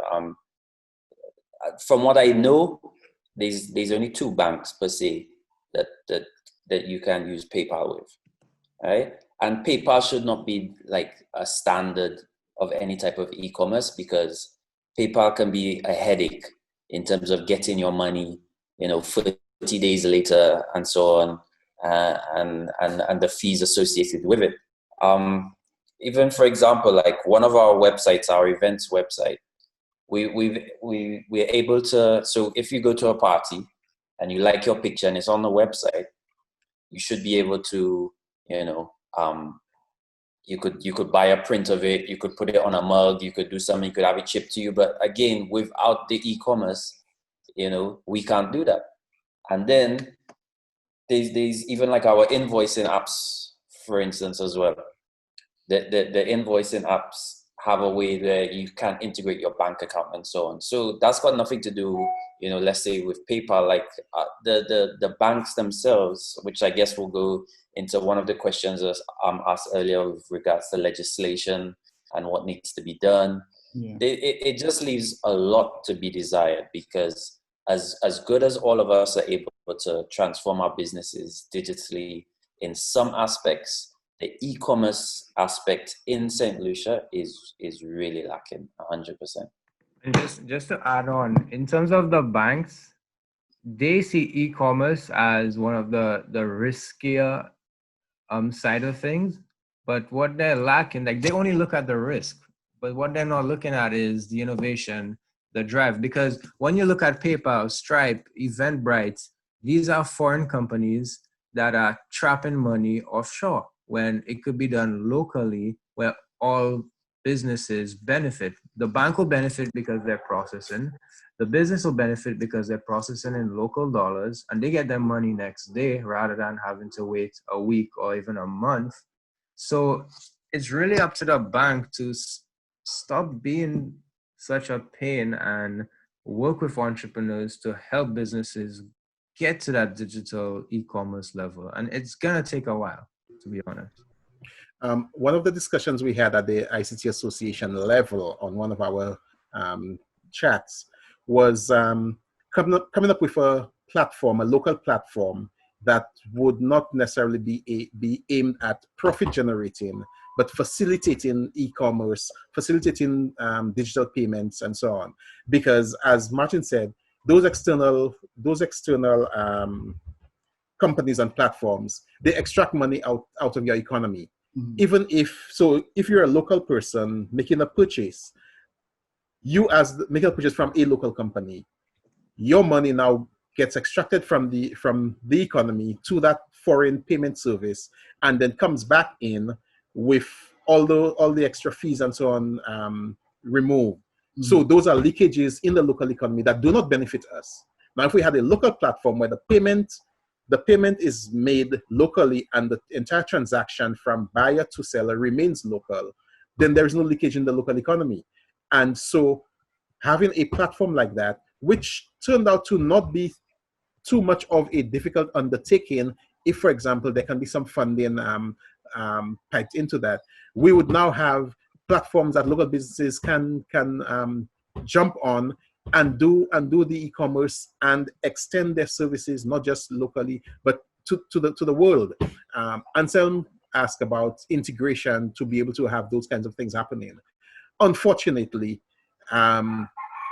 he mentioned, let me see if I can see that comment. Yes, having a unified approach between the ICT Association, Ministry of Innovation, Banking Association, and the private sector. Out of all of those agencies mentioned, and even others that might be interested, unfortunately, two of the main hurdles, I would say, is the Banking Association, because they do not see that as profitable, sufficiently profitable for them, and unfortunately, the government, while the Ministry of Innovation should be looking at those kinds of things, government's focus tend to be more on FDIs and facilitating foreign activity rather than boosting local activity to go out and earn foreign money. So we're spending all the effort using tax dollars to bring in foreigners to make money in our economy and take that money out, rather than boosting locals to go out there and earn money and bring it in. Mm-hmm. So there also has to be a change in the whole focus, and investment in local innovation, local entrepreneurship, local development. Martin talks about his platform. There should be local government agencies lining up to talk to him to say, okay, this thing you're doing, it looks good. How can we make it better?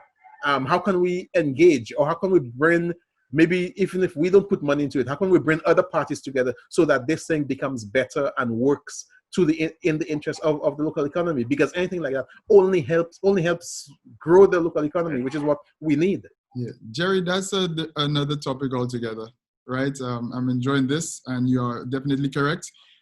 Even especially myself in that sector, right? We are definitely being neglected.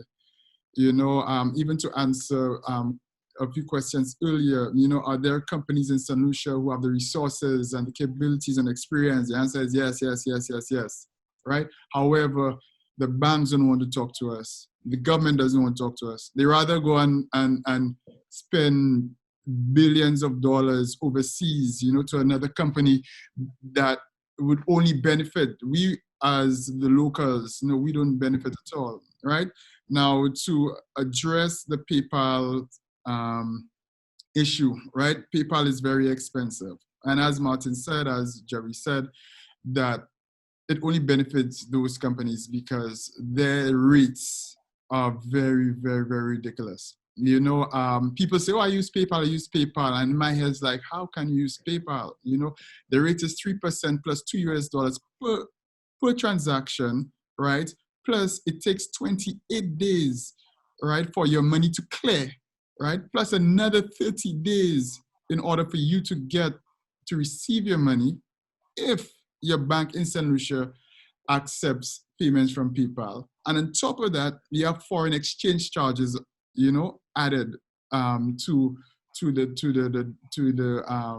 your transaction. So the retailer absorbs so much. Some people get away with it because they try to pass on some of those charges. But PayPal is very, very, very, very, it's not that straightforward. It is very convenient though. So a lot of people more or less gravitate to that. As for banks in St. Lucia that offer e-commerce services, I don't know any banks in St. Lucia that offer e-commerce service. As Jerry said, there are some people, there are some banks that would have a reseller, a third-party package, e-commerce package. I know RBC used to do one. I don't know if they still do it, but it's very expensive. In our region, the only ones that I know that work are WePay Caribbean, which is out of Trinidad and Tobago, right? You can incorporate it into your website and you can get the monies into your local banks. However, you have to wait, I think, 10 days or so. And there's another one, and with WePay as well, there's no setup fees. However, there's another bank out of Bahamas called First Atlantic, which also provides that service. Unfortunately, there is a very expensive setup fee, and the charges vary based on the amount that you sell. Now, the banks in St. Lucia, they don't care about digital at all. It's basically house, land loan, car. That's it, and you serve whatever they want to call the campaigns, because what it does, it generates revenue for them, right? And when it generates the revenue, it makes the shareholders and the directors happy. E-commerce don't make the directors happy or shareholders happy, but for me personally, because of COVID and the shift to digital, I believe that the government and also the financial institutions, right, should be pushing e-commerce, because a lot of new businesses have been created. I've seen so many new businesses pop up over the last 3 months. I think there's a 758 Food Hub. They deliver food. They're a food supplier, right? How do they accept payments? Are they paying for the items on behalf of the clients or the customers with their own cash, and then be more or less rebated when they deliver? How secure is that? So these are the questions that you have to ask. Yeah, Martin. Just to buzz in on that, so they actually a local company is forced to use a payment platform like Stripe, where now as we mentioned before, that money is now moving offshore. Yeah. And then they have the FX fees. There's so many layered fees into making this work. So it's gonna be a pain for anyone who's trying to do it, to be honest. But from the banking perspective, so far, we've gotten a good relationship with First National. Been working with us to help solve this issue. And we're progressing towards that e-commerce and processing solution very slowly, but we're getting there. Okay. So I'm going to Rankin, let me just ask you, Rankin, because I'm sure a lot of people wonder, what is it? Why is it exactly then? So like something, for example, like PayPal, why is it that it's only available for 2 banks or 3 banks? Or why are these things only available for some? That I can answer. And it's probably the banks you're talking about, they probably have affiliations with like an external and international bank. So for example, I would assume FCIBC is one, because I have an account with FCIBC and I do have a PayPal account. And when individuals do business with us outside, we have used PayPal to receive money, but again, and I'll tell for an example, the Snapchat filters, when we do the Snapchat filters for individuals overseas, we do send a PayPal invoice, right? And I have to wait at least 2 months before I could actually see the money in my account. And that is with First Caribbean. But I don't know any other bank. I can't speak for any other bank. I don't know why. I mean, First Caribbean is more a regional and international bank, so that's why they have that exposure to PayPal. So it would make sense why they would be able to do it rather than our local banks. Yeah. Someone says that they have US correspondents. Yeah, they have the correspondence.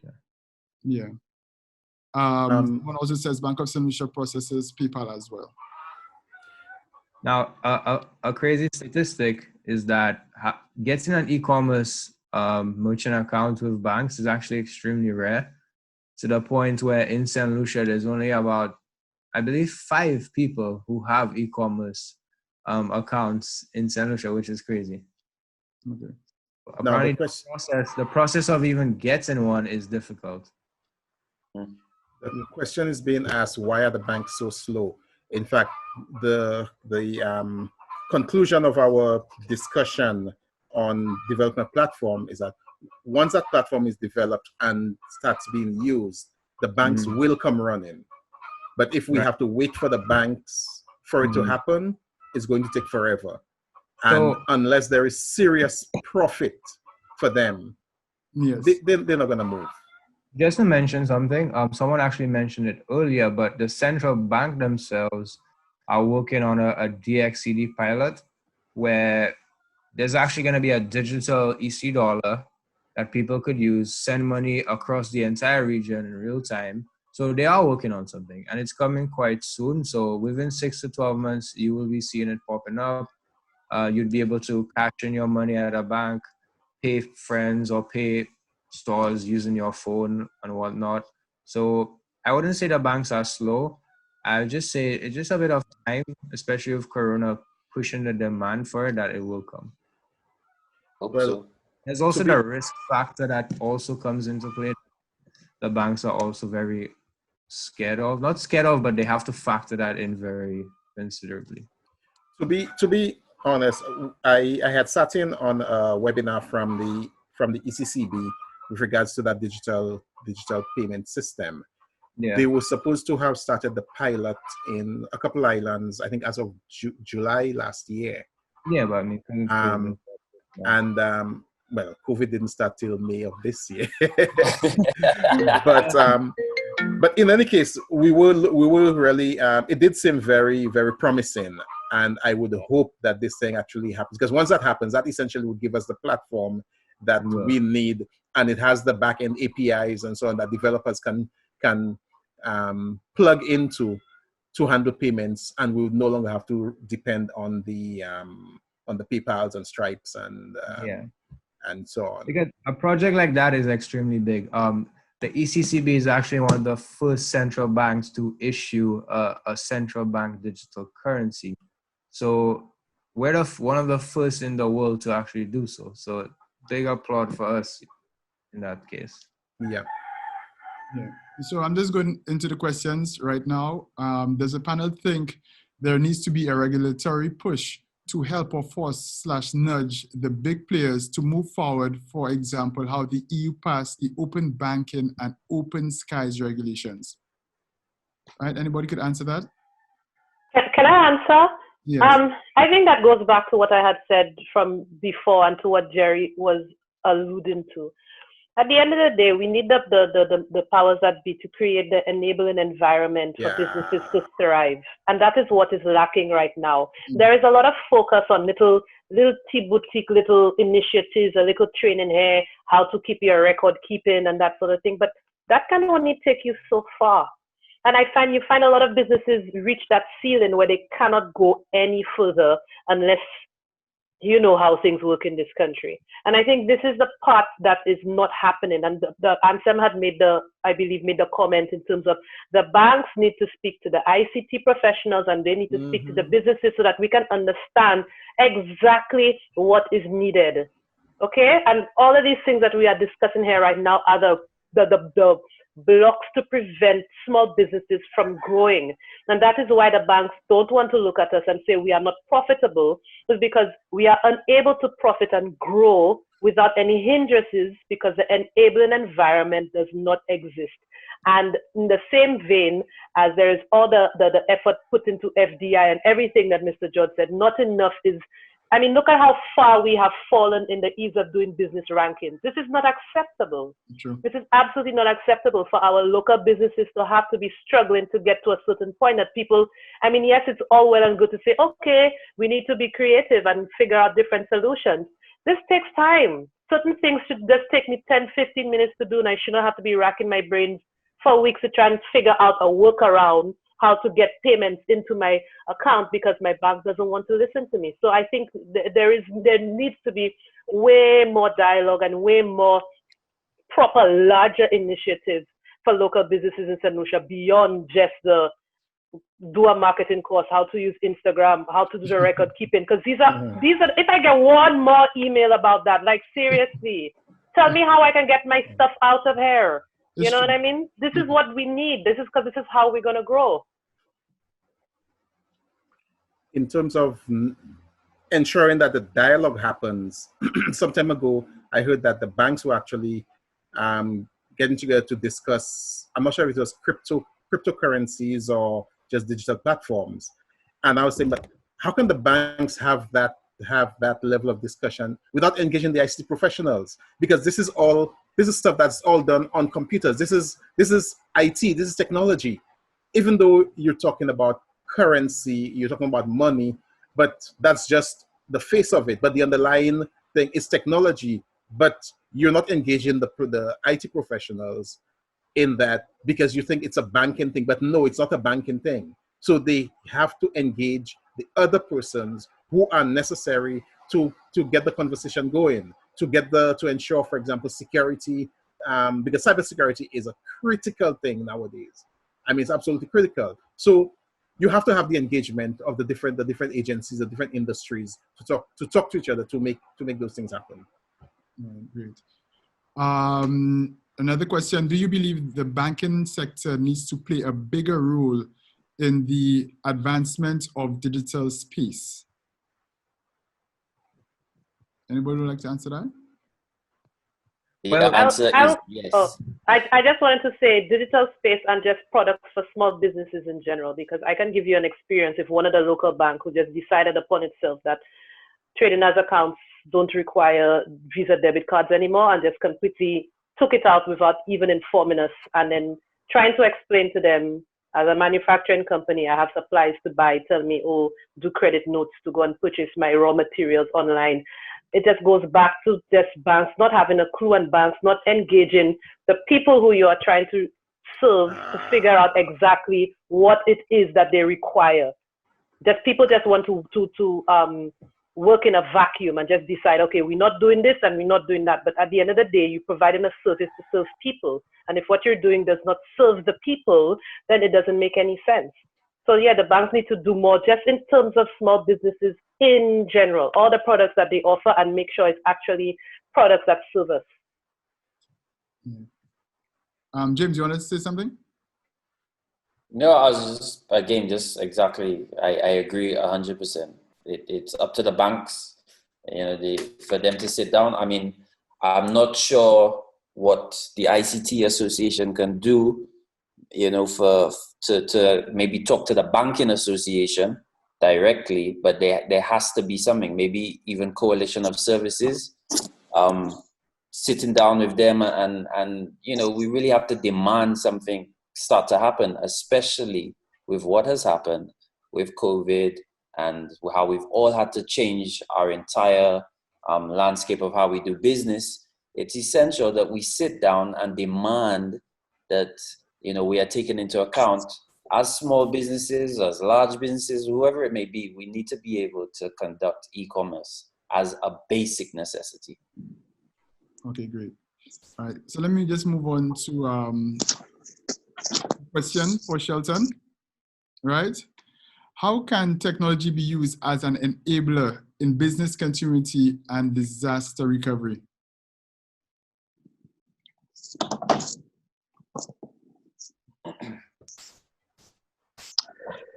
Are you hearing me? Yeah, we're hearing you loud and clear. Okay.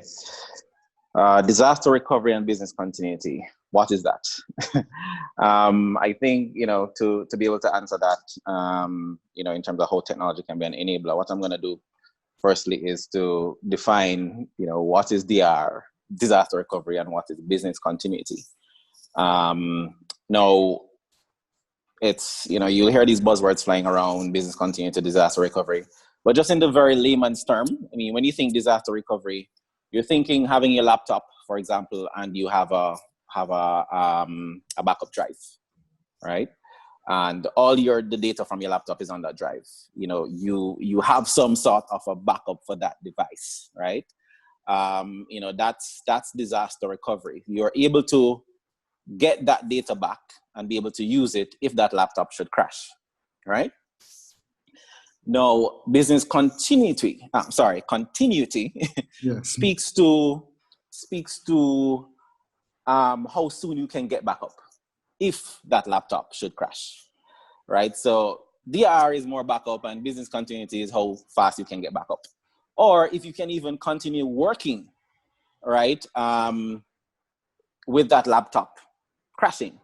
Now, what would that entail? It would mean that you no longer have a backup device, so to speak, but your whole laptop is probably backed up, or you're using, you're in a scenario where you can simply log in from somewhere else and work if your laptop has crashed, right? No, there is the lag time between the disaster and when your business can get back up and running, right? So your laptop crashes, and you need to get another laptop. What's the time between that crash and when you can start using that data again? What's the time between that website failure for your customers and when you can get that website back up again so you can continue with your transactions? And so I'm just going to catapult into how technology can impact disaster recovery and business continuity. Is that, I mean, you can't really do it any other way, right? In the traditional space, if you want to copy something, you have to write it and then copy it, or use carbon. You remember that carbon paper, where you copy and keep a file, file somewhere else. But in the age of digitization and digital technology, you really can't do it any other way than with technology itself. And so it's important that as we speak about digitization, we also speak about, and Jerry mentioned it earlier, security, and we could have a whole webinar on security. But he spoke to the security of that data. But then there's also the element of availability. When you go digital, how available is that data in the event your website should crash? How does your customers get to you? If your website crashes and there's no backup anywhere where you can fail over, that you literally can't make any money on that with that medium. So it's really important that we understand that as businesses, having some sort of redundancy and resiliency in place for systems. It's needed. You might think that, okay, if I'm a small business and I need to be able to, back up my data or back up my server in the event it crashes, that's going to be a lot of money. Or all I have is a single PC with the data on it, how am I going to back that up? Now, again, there are solutions out there. There are ways in which you can do it without buying another server, for example. There are ways in which you can do it without investing heavily in any infrastructure. There is, C&W business, I'm going to a shameless plug here, offers disaster recovery services, business continuity services that ranges from governments, large enterprises, financial institutions, and SMBs. I will also say that Amazon Web Services, which we are also a partner of, offers these services as well. And individuals locally can, get these services through CNW as well. There is a survey that took place, during the pandemic, and really what came out of it is that they saw that 40% of small businesses migrated to Amazon Web Services, migrated to the cloud in general, right, to be able to stay afloat. And what that really means is that you're now in the cloud, or your data is now sitting somewhere secure, because that's important to ensure that wherever your data is, if it's offsite, it's secure. You can easily transform, if something goes wrong with that data, you can easily spin up another server quickly and be able to put that data there and get it back up in 5 minutes, for example. There are scenarios, again, for small businesses and relatively inexpensive, where, you can have two servers acting in tandem, right? You have scenarios where for small businesses, you might have, so Tariba, for example, you might have an influx of customers for Christmas, for example, or, at certain periods, with having a sort of a flexible infrastructure in place, you can easily scale up the ability to handle these services without investing in additional infrastructure. And it's very simple. Truth is, for this aspect of it, I would not say, a small business owner should go ahead and do it themselves, right? You can, but I will not advise to go ahead and do it. There are local providers you can consult in order to make this happen. CNW businesses offer these services as well, and so and can be able to guide as well in terms of the best practices and where you can start. Because where I begun is that you don't have to do everything at once, right? There are elements you can start with, and you migrate over time. But really, technology is the backbone of any proper disaster recovery or business continuity solution you'll have in place. Right. Joe, you want to shed some light? Yes, following on from what Shelton is saying, disaster recovery, another key aspect of that is availability. And yes, while most people think of backing up the data, you also have to ensure that you can have continued access to your applications and your software licenses. Sometimes the data is backed up, but the software is not backed up, or the licenses are not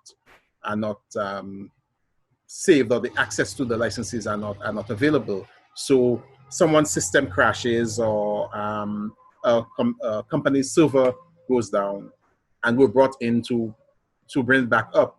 And it's like, okay, we do a fresh install, we install the applications where the licenses are put on so that you can keep using the data. Oh, well, we're not sure where that is. Let's see if we can find it. So you also need to look at not just the data, but the applications. Now, another thing that is very, very critical and very often overlooked are the people and the expertise. Because if the people who run your systems, and when I am not referring to necessarily the technical people, but the person who knows your, let's say your manufacturing system, the person who knows how to run who knows the ins and outs of the sales application or the logistics or whatever, if that person is not available, then it is just as much a disaster as if the system itself is not available.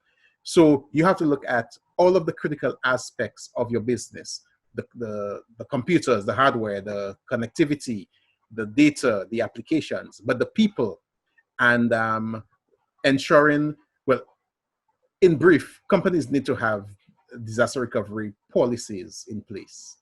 And those policies have to include people. It have to include how do you ensuring that not just one person knows how to do a particular task, and your tasks are properly documented. Because if it's properly documented, then someone new should be able to come on board and, looking at the documentation, be able to figure out how to get things going. Maybe not as efficiently as your key person, but at least you can become and continue to be operational. But if there's no information on how to do that, then that's a problem. Some people think that keeping all of the corporate secrets in their head is job security, but that is high risk for the organization itself. Because what happens if one day you decide to walk away from all this for whatever reason? Then the company's left being unable to continue to operate. Right. James, do you have a disaster recovery plan?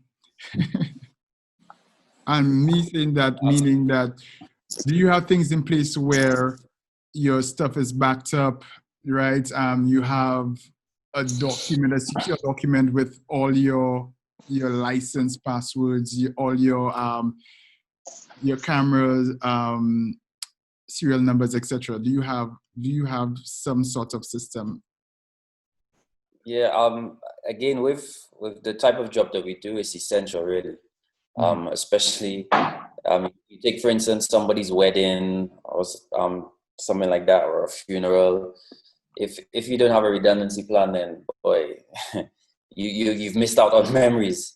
Right. So, for instance, when it comes to shooting, most times we'd have to shoot in dual slots, so that, in case one card fails, you always have a backup. In terms of our data, how we store it. So at the end of the day, even if let's say Jesse's camera, was to fail, everything is already up on our cloud. So just having that is essential. Even in regards to our paperwork, our invoicing, estimates, everything. Even if I do it on one device, Jesse does it on another device, it's always there on the cloud. And then, of course, even though it's on the cloud, sometimes you still have to back up. You never know if a company can go bankrupt, tomorrow, and all access to your files is gone. So you always have to have some type of backups. I wish I could show you my desk right now. The amount of external hard drives I also have, sometimes I'll just be backing up backups just to make sure that you always have extra. So in our line of work, and even with the Photography Association, we encourage all photographers, videographers to do the same type of thing, because sometimes, you may hear of certain situations where, you could imagine somebody would have recorded an entire wedding and then they've lost all of the footage. Yeah. So you always have to have some type of plan with digital, but some might say, well, that's a bit too much, and to be able to do all that. But if you think about it, if we weren't doing digital and with photography, and back in the days when you were using film and it wasn't back up, if your film was damaged or got exposed to the light, that was it. Even in regards to record keeping, if, let's say, your record book was to burn or somebody throws water on it or something, then you've lost everything. So the same way that you might take precautions in every aspect of your business, just know that whatever you may have done before, you have to carry it over to digital. You have to have something in place. And again, there's affordable options. And I will always encourage everybody to do your research. I mean, that's the beauty of the internet right now and the digital age. You literally can just go onto Google and type, how do I back up information for my invoices? You can type out the whole sentence and you'll get a list of apps. You'll get a list of programs, websites that can help you. You can go on YouTube and look for videos and find what's worked for some persons. Because again, all of our line of works may be different, but we can still find what suits our needs. What I may use for my business might differ from Tabby, might differ from Shelton, from Martin, whoever it may be, for Jerry. All of us may have different needs. And we have to find the app, the thing that we can use that will suit our needs. So again, the information is there. Just do your research. Yeah, great. Let me just add very, very quickly something James mentioned. I just wanted to highlight that in terms of backing up your data, even from the cloud. Sometimes people think because it's in the cloud, it's always available, and so I don't have to do backups. Because it's in the cloud, does not mean that the cloud provider is backing up your data. You still need to back up your data, because if that cloud provider goes away, whether it is because of a technical problem or they simply decide, hey, I'm not doing this business again, and that has happened to a number of those smaller companies. You need to also carry the responsibility for backing up your data, whether it is whether that data is stored primarily on a local computer or in the cloud. I'm going to say something on that really quick. In terms of the let's just, before you do that, let's just say what Teriba has to say. Okay. And then you could comment. Teriba, so how about you? Storing your information, data security. You have so many products, whether it be photos, whether it be information, whether it be your domain login details, right? Do you have a sort of backup / plan in the event something goes wrong? Yeah, this is where I bowed out gracefully and hired a professional to sort that out for me. So when I got my new website, I hired somebody to do that, and everything's backed up. He has his server, he has the passwords and everything. Because there, I can't remember who said that. At some point, you deal with the free stuff, and then when you're who was it, Mr. George who said that these are integral business processes, and it reaches a point where it reaches a point where you pay for the proper apps and you pay for the proper services. So that's where I'm at right now. I can't tell you what he does and how he does it, but I know it is safe and secure in the hands of a professional right now. Okay. Shelton, you were saying? Yeah, quickly, just a caution on data in the cloud or being hosted with some providers. Data ownership. I've had a few clients who would, we'd engage them or they'd engage us. And one of the questions they ask is, who owns the data when I'm ready to leave? Because they've had scenario where they have data in the cloud with a provider and they want to migrate that data to another provider or to seize that contract. And then, they're being told, or they don't own the data or they have to pay to get it back or to get, So that's extremely important when we're looking at providers. Ensure you understand these fine prints on the contract details. I've also seen website developers, will outrightly tell SMBs, hey, well, you want to leave, you want somebody else to handle your website, the data is ours, and they've simply just shut it down and they can't get access to what is already there. So I think it's extremely important that in looking at some of these providers and storing your data off premises and in these cloud platforms, you're aware of that data ownership, or even if you own it, how easy it is for you to get that back in the event you want to end that contract. Yes. Right. So that comes down to the end of our panel discussion. I'm just going to read a few questions, at least 2 questions before we leave. Right. I got one saying data analysis is an untapped but essential ingredient to determining and deciding on a digital framework. How can we encourage that element which is non-existent by large and small businesses? Digital frameworks are regarded as trends and not critical tools to advance business for the future. Anybody want to answer that? Would you like me to repeat it? So data analysis is an untapped but essential ingredient to determining and deciding on a digital framework. How can we encourage that element which is non-existent by large and small businesses? Digital frameworks are regarded as trends and not critical tools to advance business for the future. So let me just have a crack at that one. Yes, I do believe data analysis is very important. We need to know exactly, especially if you're in retail, you need to know exactly what our customers are doing, consumer behavior, in order to basically make decisions make decisions for the future. So whether it be like, which items are moving from the dead stock, or even with me as a magazine, knowing my demographic and know exactly who to target. She's correct by saying a lot of businesses, especially large businesses, they don't place any emphasis on data analysis. I could tell you an example of a client I dealt with many years ago. They did those promotions and where individuals have to fill out the information, the details in order to win something.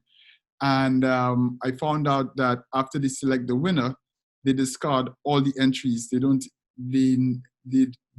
even keep, or they didn't keep any of the application forms, or even to enter it on a system to actually analyze the data, which I find was very poor. And we're talking about an established company here in St. Lucia. So I do think that is very important, especially for business continuity. So because you will be able to understand your business even better. Anybody else? Yeah, I can answer this. This is something that I have been doing a lot more now that I have the time, in terms of formulating my ideal customer and understanding exactly who my customer is, where they are, their age, and their purchasing patterns. And in terms of how I also market on my social media, this is where most of my data analysis comes in handy. And I have changed the way I market, especially now with Instagram and the algorithms and how everything has changed. I'm seeing how I must market differently now that I know exactly who my customer is, and that is just through that's through the back end of the website that's pulling the information from me, that will show me the age and the, what moves, like you said, what moves, what they like, what their interests are. And it helps me also to design products that I know that will actually sell. It's something it's one of those things that I wish I had done several years ago, that would have made my life a lot easier and, prevented me from wasting a lot of time. But it's definitely something that we are working on with Membet now, and it has been very beneficial. I also noticed underneath her question, she said, how important do we regard email marketing within the digital framework? And that is something that we also do with Membet. And like I said, with the new website, it captures the emails, it goes straight into MailChimp, and I can send out any information in terms of sales or any blog post, and you find that the returns on investments are way higher and way quicker. If I send out an email blast right now, guaranteed to make sales almost instantaneously, because the type of people who would sign up to your email mailing list are people who are actually interested in your company, whereas somebody may just follow your page or like a post and they actually probably didn't even watch it or don't even care that much. So yeah, email marketing is extremely important, and you'd find it costs nothing to do, and it takes very little time as well. Okay. Anybody else? Yeah. Data analysis is actually one of the unrecognized values to businesses. If we look at the most basic level, accounting data, which companies have been collecting from time immemorial, and most companies, particularly the ones who are not very progressive, only look at their accounting data, their sales and so on, essentially in hindsight. So they look at what were our sales last year, what were our sales last quarter, and so on. They don't use that data to typically predict, okay, what are we going to do next week? How is that going to impact us next week and next? So most businesses, their accounts, for example, is done months after the actual due date. So the data comes in even too late for it to even be useful as a current business planning tool. And then when you have businesses who are now online and who are able to now collect views, clicks, where the person come from, geolocation, all of those kinds of things. And who was it that? I think it was you, Rankin, who said they collect that data, but they don't even use it. Sometimes they don't even understand how valuable that data is to them. To have a very comprehensive view of who is a customer, where does that customer come from, what triggers that customer's buying patterns. I remember reading about business cases where companies go down as far as looking at how does the weather impact your sales of whether it's things like ice cream or water or alcohol. How does rain on a Friday impact how much a bar sells at the typical Friday after work line. And all of that data is readily available. And in many cases, it's actually easy to collect, but not many people even recognize that it is available, that there's value to it, and that it can be used to help them sell better. So many companies have the data sitting in boxes or sitting on computers or whatever, and it's just not realized. But it's something that's very, very important, and needs to be. It's another area where training is necessary to teach persons on the value of data for their businesses. Okay, I have a next question here. What would you say is the main external factor which would prevent schools or a school from using ICT at the institution? For me, that's very easy. The internet connection, that's one, right? Because I know a lot of schools, I've been to a few schools already, and the internet connection is quite poor. And also the lack of, let's say, computer labs or even proper hardware. So I think that's one of the main challenge, one of the main challenges. But one of the main external one is internet. Yeah. And I think as well, Rankin, I mean, I'm looking at, like, right now, the amount of people that are going around with a book list and looking for books in 2020. Just the whole concept of the curriculum now and how it's set up regionally, something has to be changed, like a mindset, because it doesn't make sense to want to go. You have a situation where you have to have your digital classroom and have that in effect, but yet still we're still focused on an old way of dealing with things, where kids are going to school with a backpack full of books. And if we're trying to have that digital mindset, then the Ministry of Education themselves also have to look at ICT doesn't only limit, you're not just limited to your IT labs and information technology. It should be in every aspect gearing kids towards living in a digital world, which is what we are living in right now. I want to weigh in on that one also. I'm glad James mentioned curriculum. I'm not sure if that would be considered an external factor to the schools, but since the curriculum is guided by the Ministry of Education, and even that may come from outside, based on our regional agreements and so on. But there needs to be a change in the way the way learning is delivered. You don't just move from books to online and try to do it in the same way. The same way a business does not just apply computers and figure, okay, I'm now digital. You don't just put computers in a classroom and say, okay, we're now digital or we're now online. The method of delivery has to change. Under the current CASI project, all the schools, at least all secondary schools, and I think that will eventually extend to primary schools, would have huge amounts of bandwidth available. We're talking about at least 100 meg connections per school.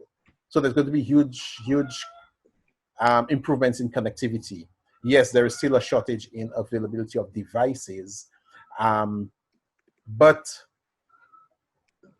in terms of using ICT at the institution, they have to look at changing the method, the method of the delivery, engaging the teachers, in fact, training the teachers on how to use ICT as part of their delivery process. And that does not necessarily mean having all the classes having all the subjects, for example, in computer labs. You can use a computer in a regular classroom of desks and chairs, but use ICT effectively to teach the children in an engaging fashion. So there has to be a change in that approach in teaching the educators on how to engage, how to use the technology, and how to use it effectively in delivering the curriculum. And there also has to be some moves to modifying the curriculum to be more digital friendly, so that the way, like for example, submission of assignments and so on can be done online, where currently it might be a little more difficult to be done. And then we have to look at the accessibility of computers by the general population, which from our most recent survey was at a very dismal level. Okay. Can I just add, I'd like to add to this, and I'm sure Jerry may recall the Ministry of Education EU-funded project, SFA 2008. That was a project I managed in a former life, where about 7 million euros was provided to the Ministry of Education and it was a specific project for ICT in education that included not only providing the tools, the interactive whiteboards, but as well as to prepare the curriculum so that subjects can be taught using ICT. So just like James was explaining, it was not necessarily just the subject, what they call it, information technology. It was using ICT tools to inform the teaching of all subjects, be it math, English, and that was at the primary school level. So I could not tell you what happened afterwards, but this would be a whole other webinar to answer that question in terms of what is taking the ministry so long to use what the consultants provided to them.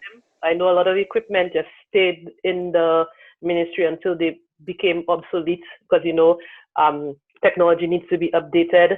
So there's a definite mindset that needs to change from those people who are informing the process with regards to how we are educating our children before we can actually see that happening. Because like in everything else in Solution, it has not been for lack of trying. The consultants came, the work was done, and things get shelved and things get tabled, and then things don't move on, and then something like a worldwide pandemic will come and then will just, catch us scrambling to try to catch up on things that we really should have been doing a very long time ago. And this has always been my gripe about COVID. COVID has just really exposed how behind we've been. COVID has really exposed a lot of the loopholes. A lot of the things that we are scrambling to do is not us trying to adapt to COVID, it's us trying to adapt to the world that we live in. Things that should have been done a very long time ago, so that by the time COVID came, we'll be going on to different measures. And as Rankin said, I'm very disappointed to see a lot of the steps we made to try to make things better during COVID. Now that the numbers have gone down, we've reverted to our old ways. And I think that's very, very unfortunate. This should have been an opportunity for us to really just go full speed ahead and just streamline our services, streamline our products and the way we do things, and just really moving fast forward. But we can see the laid back approach has crept up on us again, unfortunately, and I'm very concerned to see that lessons have not been learned. No. I can recall that in initiative undertaken by Ministry of Education, at the time there was a move to put smart boards at all of schools. It was done at huge cost. There was a lot of training. I'm not sure if all the training actually took place, but there was a lot of training for the teachers and so on. And at some point, I touched various groups that were involved in that undertaking. Currently, there with the new push by the ministry for digitization and so on, they're looking at restarting that process. I know there's one of our members in the ICT Association who works at one of them at the Ministry of Education, for example, has been pointing out that he's been trying to encourage a move away from using the smart boards, for example, which tends to be costly. We do not have repair facilities locally, and so on, and move towards using, for example, a regular screen, TV, or even just a projector and like a tablet where you have the app. So the writing on the board and those kinds of interactivity is still available, but you're not using expensive static technology. So it will help us reduce our costs, but allow the flexibility and allow the capability and the benefits of the digitization. But that's another problem we tend to see. We don't seem to like to embrace low cost. We like to go for the expensive and the fancy solutions, maybe so that we can say, well, we have this, we have the brand name, we have the brand name items, we have the best of whatever, and not necessarily that we have something that is functional. And when we buy the best and most expensive, we no longer have money for maintenance. And that is another major problem we have. We don't plan for maintenance. We don't plan for sustainability. We don't plan for, at the end of the project, what happens when the project funds are finished, what happens to keep those systems operational. Okay. Right, guys. Well, it was a beautiful conversation, very wonderful. Right. Is there anything else anyone in here would like to add? Martin had to leave, unfortunately. He had another appointment. But is there anything that you'd like to say? I think, are you hearing me? I have to switch devices. Yeah, you hear me? Yeah. Okay. We can't see, but we could hear you. I think, okay. I think from the general conversation and what I'm hearing, I think there's really a need for better collaboration, so to speak. Mm-hmm. We've heard some very good points here. You know, and James did mention it. You know, as I was thinking it, you know, he mentioned the Banking Association and the ICT Association. And I'm going to throw in the Small Business Association in there as well, and you know, as well as you know, supporting corporate entities that also want to see this happen. You know, and I think this is the only way we're going to be able to see some sort of a change around the you know, the needs of SMBs in the market. What I can tell you from what I know from back in Jamaica, the Small Business Association there, pretty active, and some of the inroads that, you know, have been made with small businesses in Jamaica, you know, can be credited, you know, to the collaboration between, you know, ICT, small business, banks, you know. And so I think if we're gonna make any sort of significant change within St. Lucia in this sector in terms of digitizing and e-commerce and all of this, I don't think it's up to the banks to make it happen. I think it's up to the necessary stakeholders to come together to start that discussion and put something that is worthwhile towards the banking association and to the banks to make it happen. And you know, just generally, there is more conversation that needs to be had. I see a lot of information around data and data storage and all of that, and data analysis. And so, you know, a greater conversation needs to be had, you know, also around how we handle data, you know, how we manage data, how we see data. A quick example before I end. Do you know these splash pages? You at an airport, for example, or you go to a bank or anywhere, you get these splash pages to log into their website. Sorry, to log into their internet. Most of the times, these splash pages, you put the information in and it sits there for years and it does not get used. And that is just raw gold. that's sitting there, right? And so you find with solutions like retail analytics, it takes advantage of this, so it's not just collecting data and it's sitting there anymore, or sitting with IT, but with the integration with IT and marketing and retail analytics, you're now able to use that data to further satisfy your customers, to generate more sales. As Tariba mentioned, she has customers where she'll send an email, and it's these customers who will buy a promotion, that sort of stuff. So it's important that we're having a conversation around this, right? Around data, around e-commerce, but collaboratively. It's not one aspect, small business trying to make it happen, or ICT trying to make it happen, or telecoms or banks. I think everybody needs to come together to have this conversation to start charting our way forward. Right. Great. Thank you for that contribution. And with Yeah, that, okay, James. Last point. I just like the point Anselm made earlier with regard to 3 concrete steps from this, because we don't want it to just be, out in one ear and out the other. And Shelton's just talked about it for sure. We have to engage the Bankers Association. Yeah. And I think as well the Coalition of Services as well. Anselm just mentioned Yvonne Agard, who's in charge there. I think each of us from the ICT, from the Photography Association, each of us can reach out to Yvonne and say, hey, what we've talked about, maybe Ryan can even share the recording with her to see what was said, just to show the importance of really moving forward. And then on the other end of the spectrum, I don't think it should be a case of where, we're waiting for government to do anything. Why don't we collectively host our own community event or something targeted towards a certain sector, certain communities, to help them become more digitally prepared. That's something that we ourselves can try to do, maybe within our community, or to target certain communities to see what we can do as businesses of maybe giving back to St. Lucia. So that's something that we could also think of. And then, of course, the third point I think we should think about is just try to do that research. How can we make our companies, move forward digitally? What can we research and find out? Can we find the better apps? Can we find the programs? Find what is essential, specific to our individual needs. Great. Okay. As president of Slictor, I can give the commitment that we will engage the Coalition of Services to start the conversation with the Bankers Association on some of those issues, as far as digitization, e-commerce, digital platforms.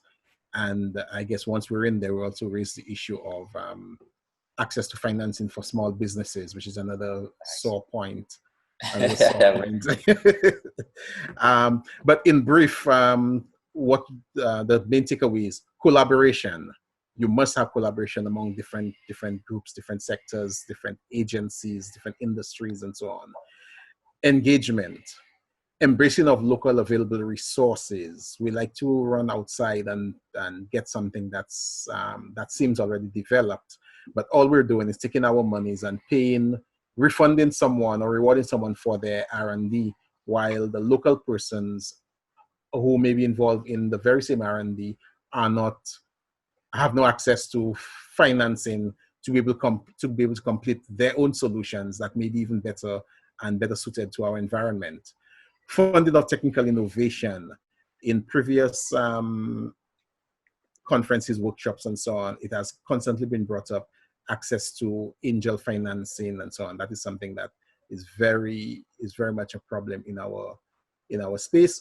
Building local industry, building local platforms, and trying to ensure that we have local resources, we have local people who are capable, trying to ensure that those persons get the chance to provide the expertise to persons who need it. And just a final plug for the ICT Association, we do have skilled persons on there. The skill sets are actually listed on the website. The website is association.lc, so persons can go in there and see what's there, and they can join the association. You don't have to be an ICT professional to join the association. We have different membership types in there. Thank you. Okay, great. So guys, this was a great conversation, right? A great discussion. I'd like to thank our panelists, and I would like to thank the attendees for being so interactive and making this a success. And I hope to see you on the next Dazzle Evolve webinar. Take care. All right, take care.